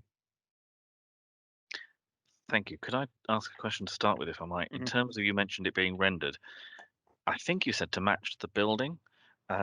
I just wondered whether it would be more appropriate if it was rendered to match the wall rather than to, because the building itself, I think, is in cream, and having a small band of cream at the top of a stone wall, isn't that going to make it stand out even more than it does at the moment? I mean, so sorry, you're meaning the colour of the render to the wall shown on this little drawing here? Correct. Because I think you said it was going to be rendered to match the house, and that would imply that you're matching the colour to the house, or are you just matching the fact that it's a rendered finish? Well, they are saying rendered here to match house. We could condition the colour if members felt that would be appropriate. Well, I'll leave it to the debate, but it just seems that it would just seem strange, I would have thought personally, having a band of cream across the top of a stone wall. But anyway, I'll leave it to others to comment. Any comments or questions from members? Yeah, Councillor Perry and then Councillor Grimes. Oh, yes, thank you. Thank you. Yes. Can they not finish off the top of the wall with sort of facing stone that's going to match in with the existing wall at all, rather than just have a block and render? Is that a possibility? Mr. Noon? Unfortunately not. You can see here in this photograph that there's no room to face it in stone. Okay. Councillor Grimes? I'm sorry, I think it's a mess. I can't, excuse me, I can't put it any other way. If it had just built that up in stone on top of that wall, we wouldn't be having this discussion. I'm sorry, I think that's a mess.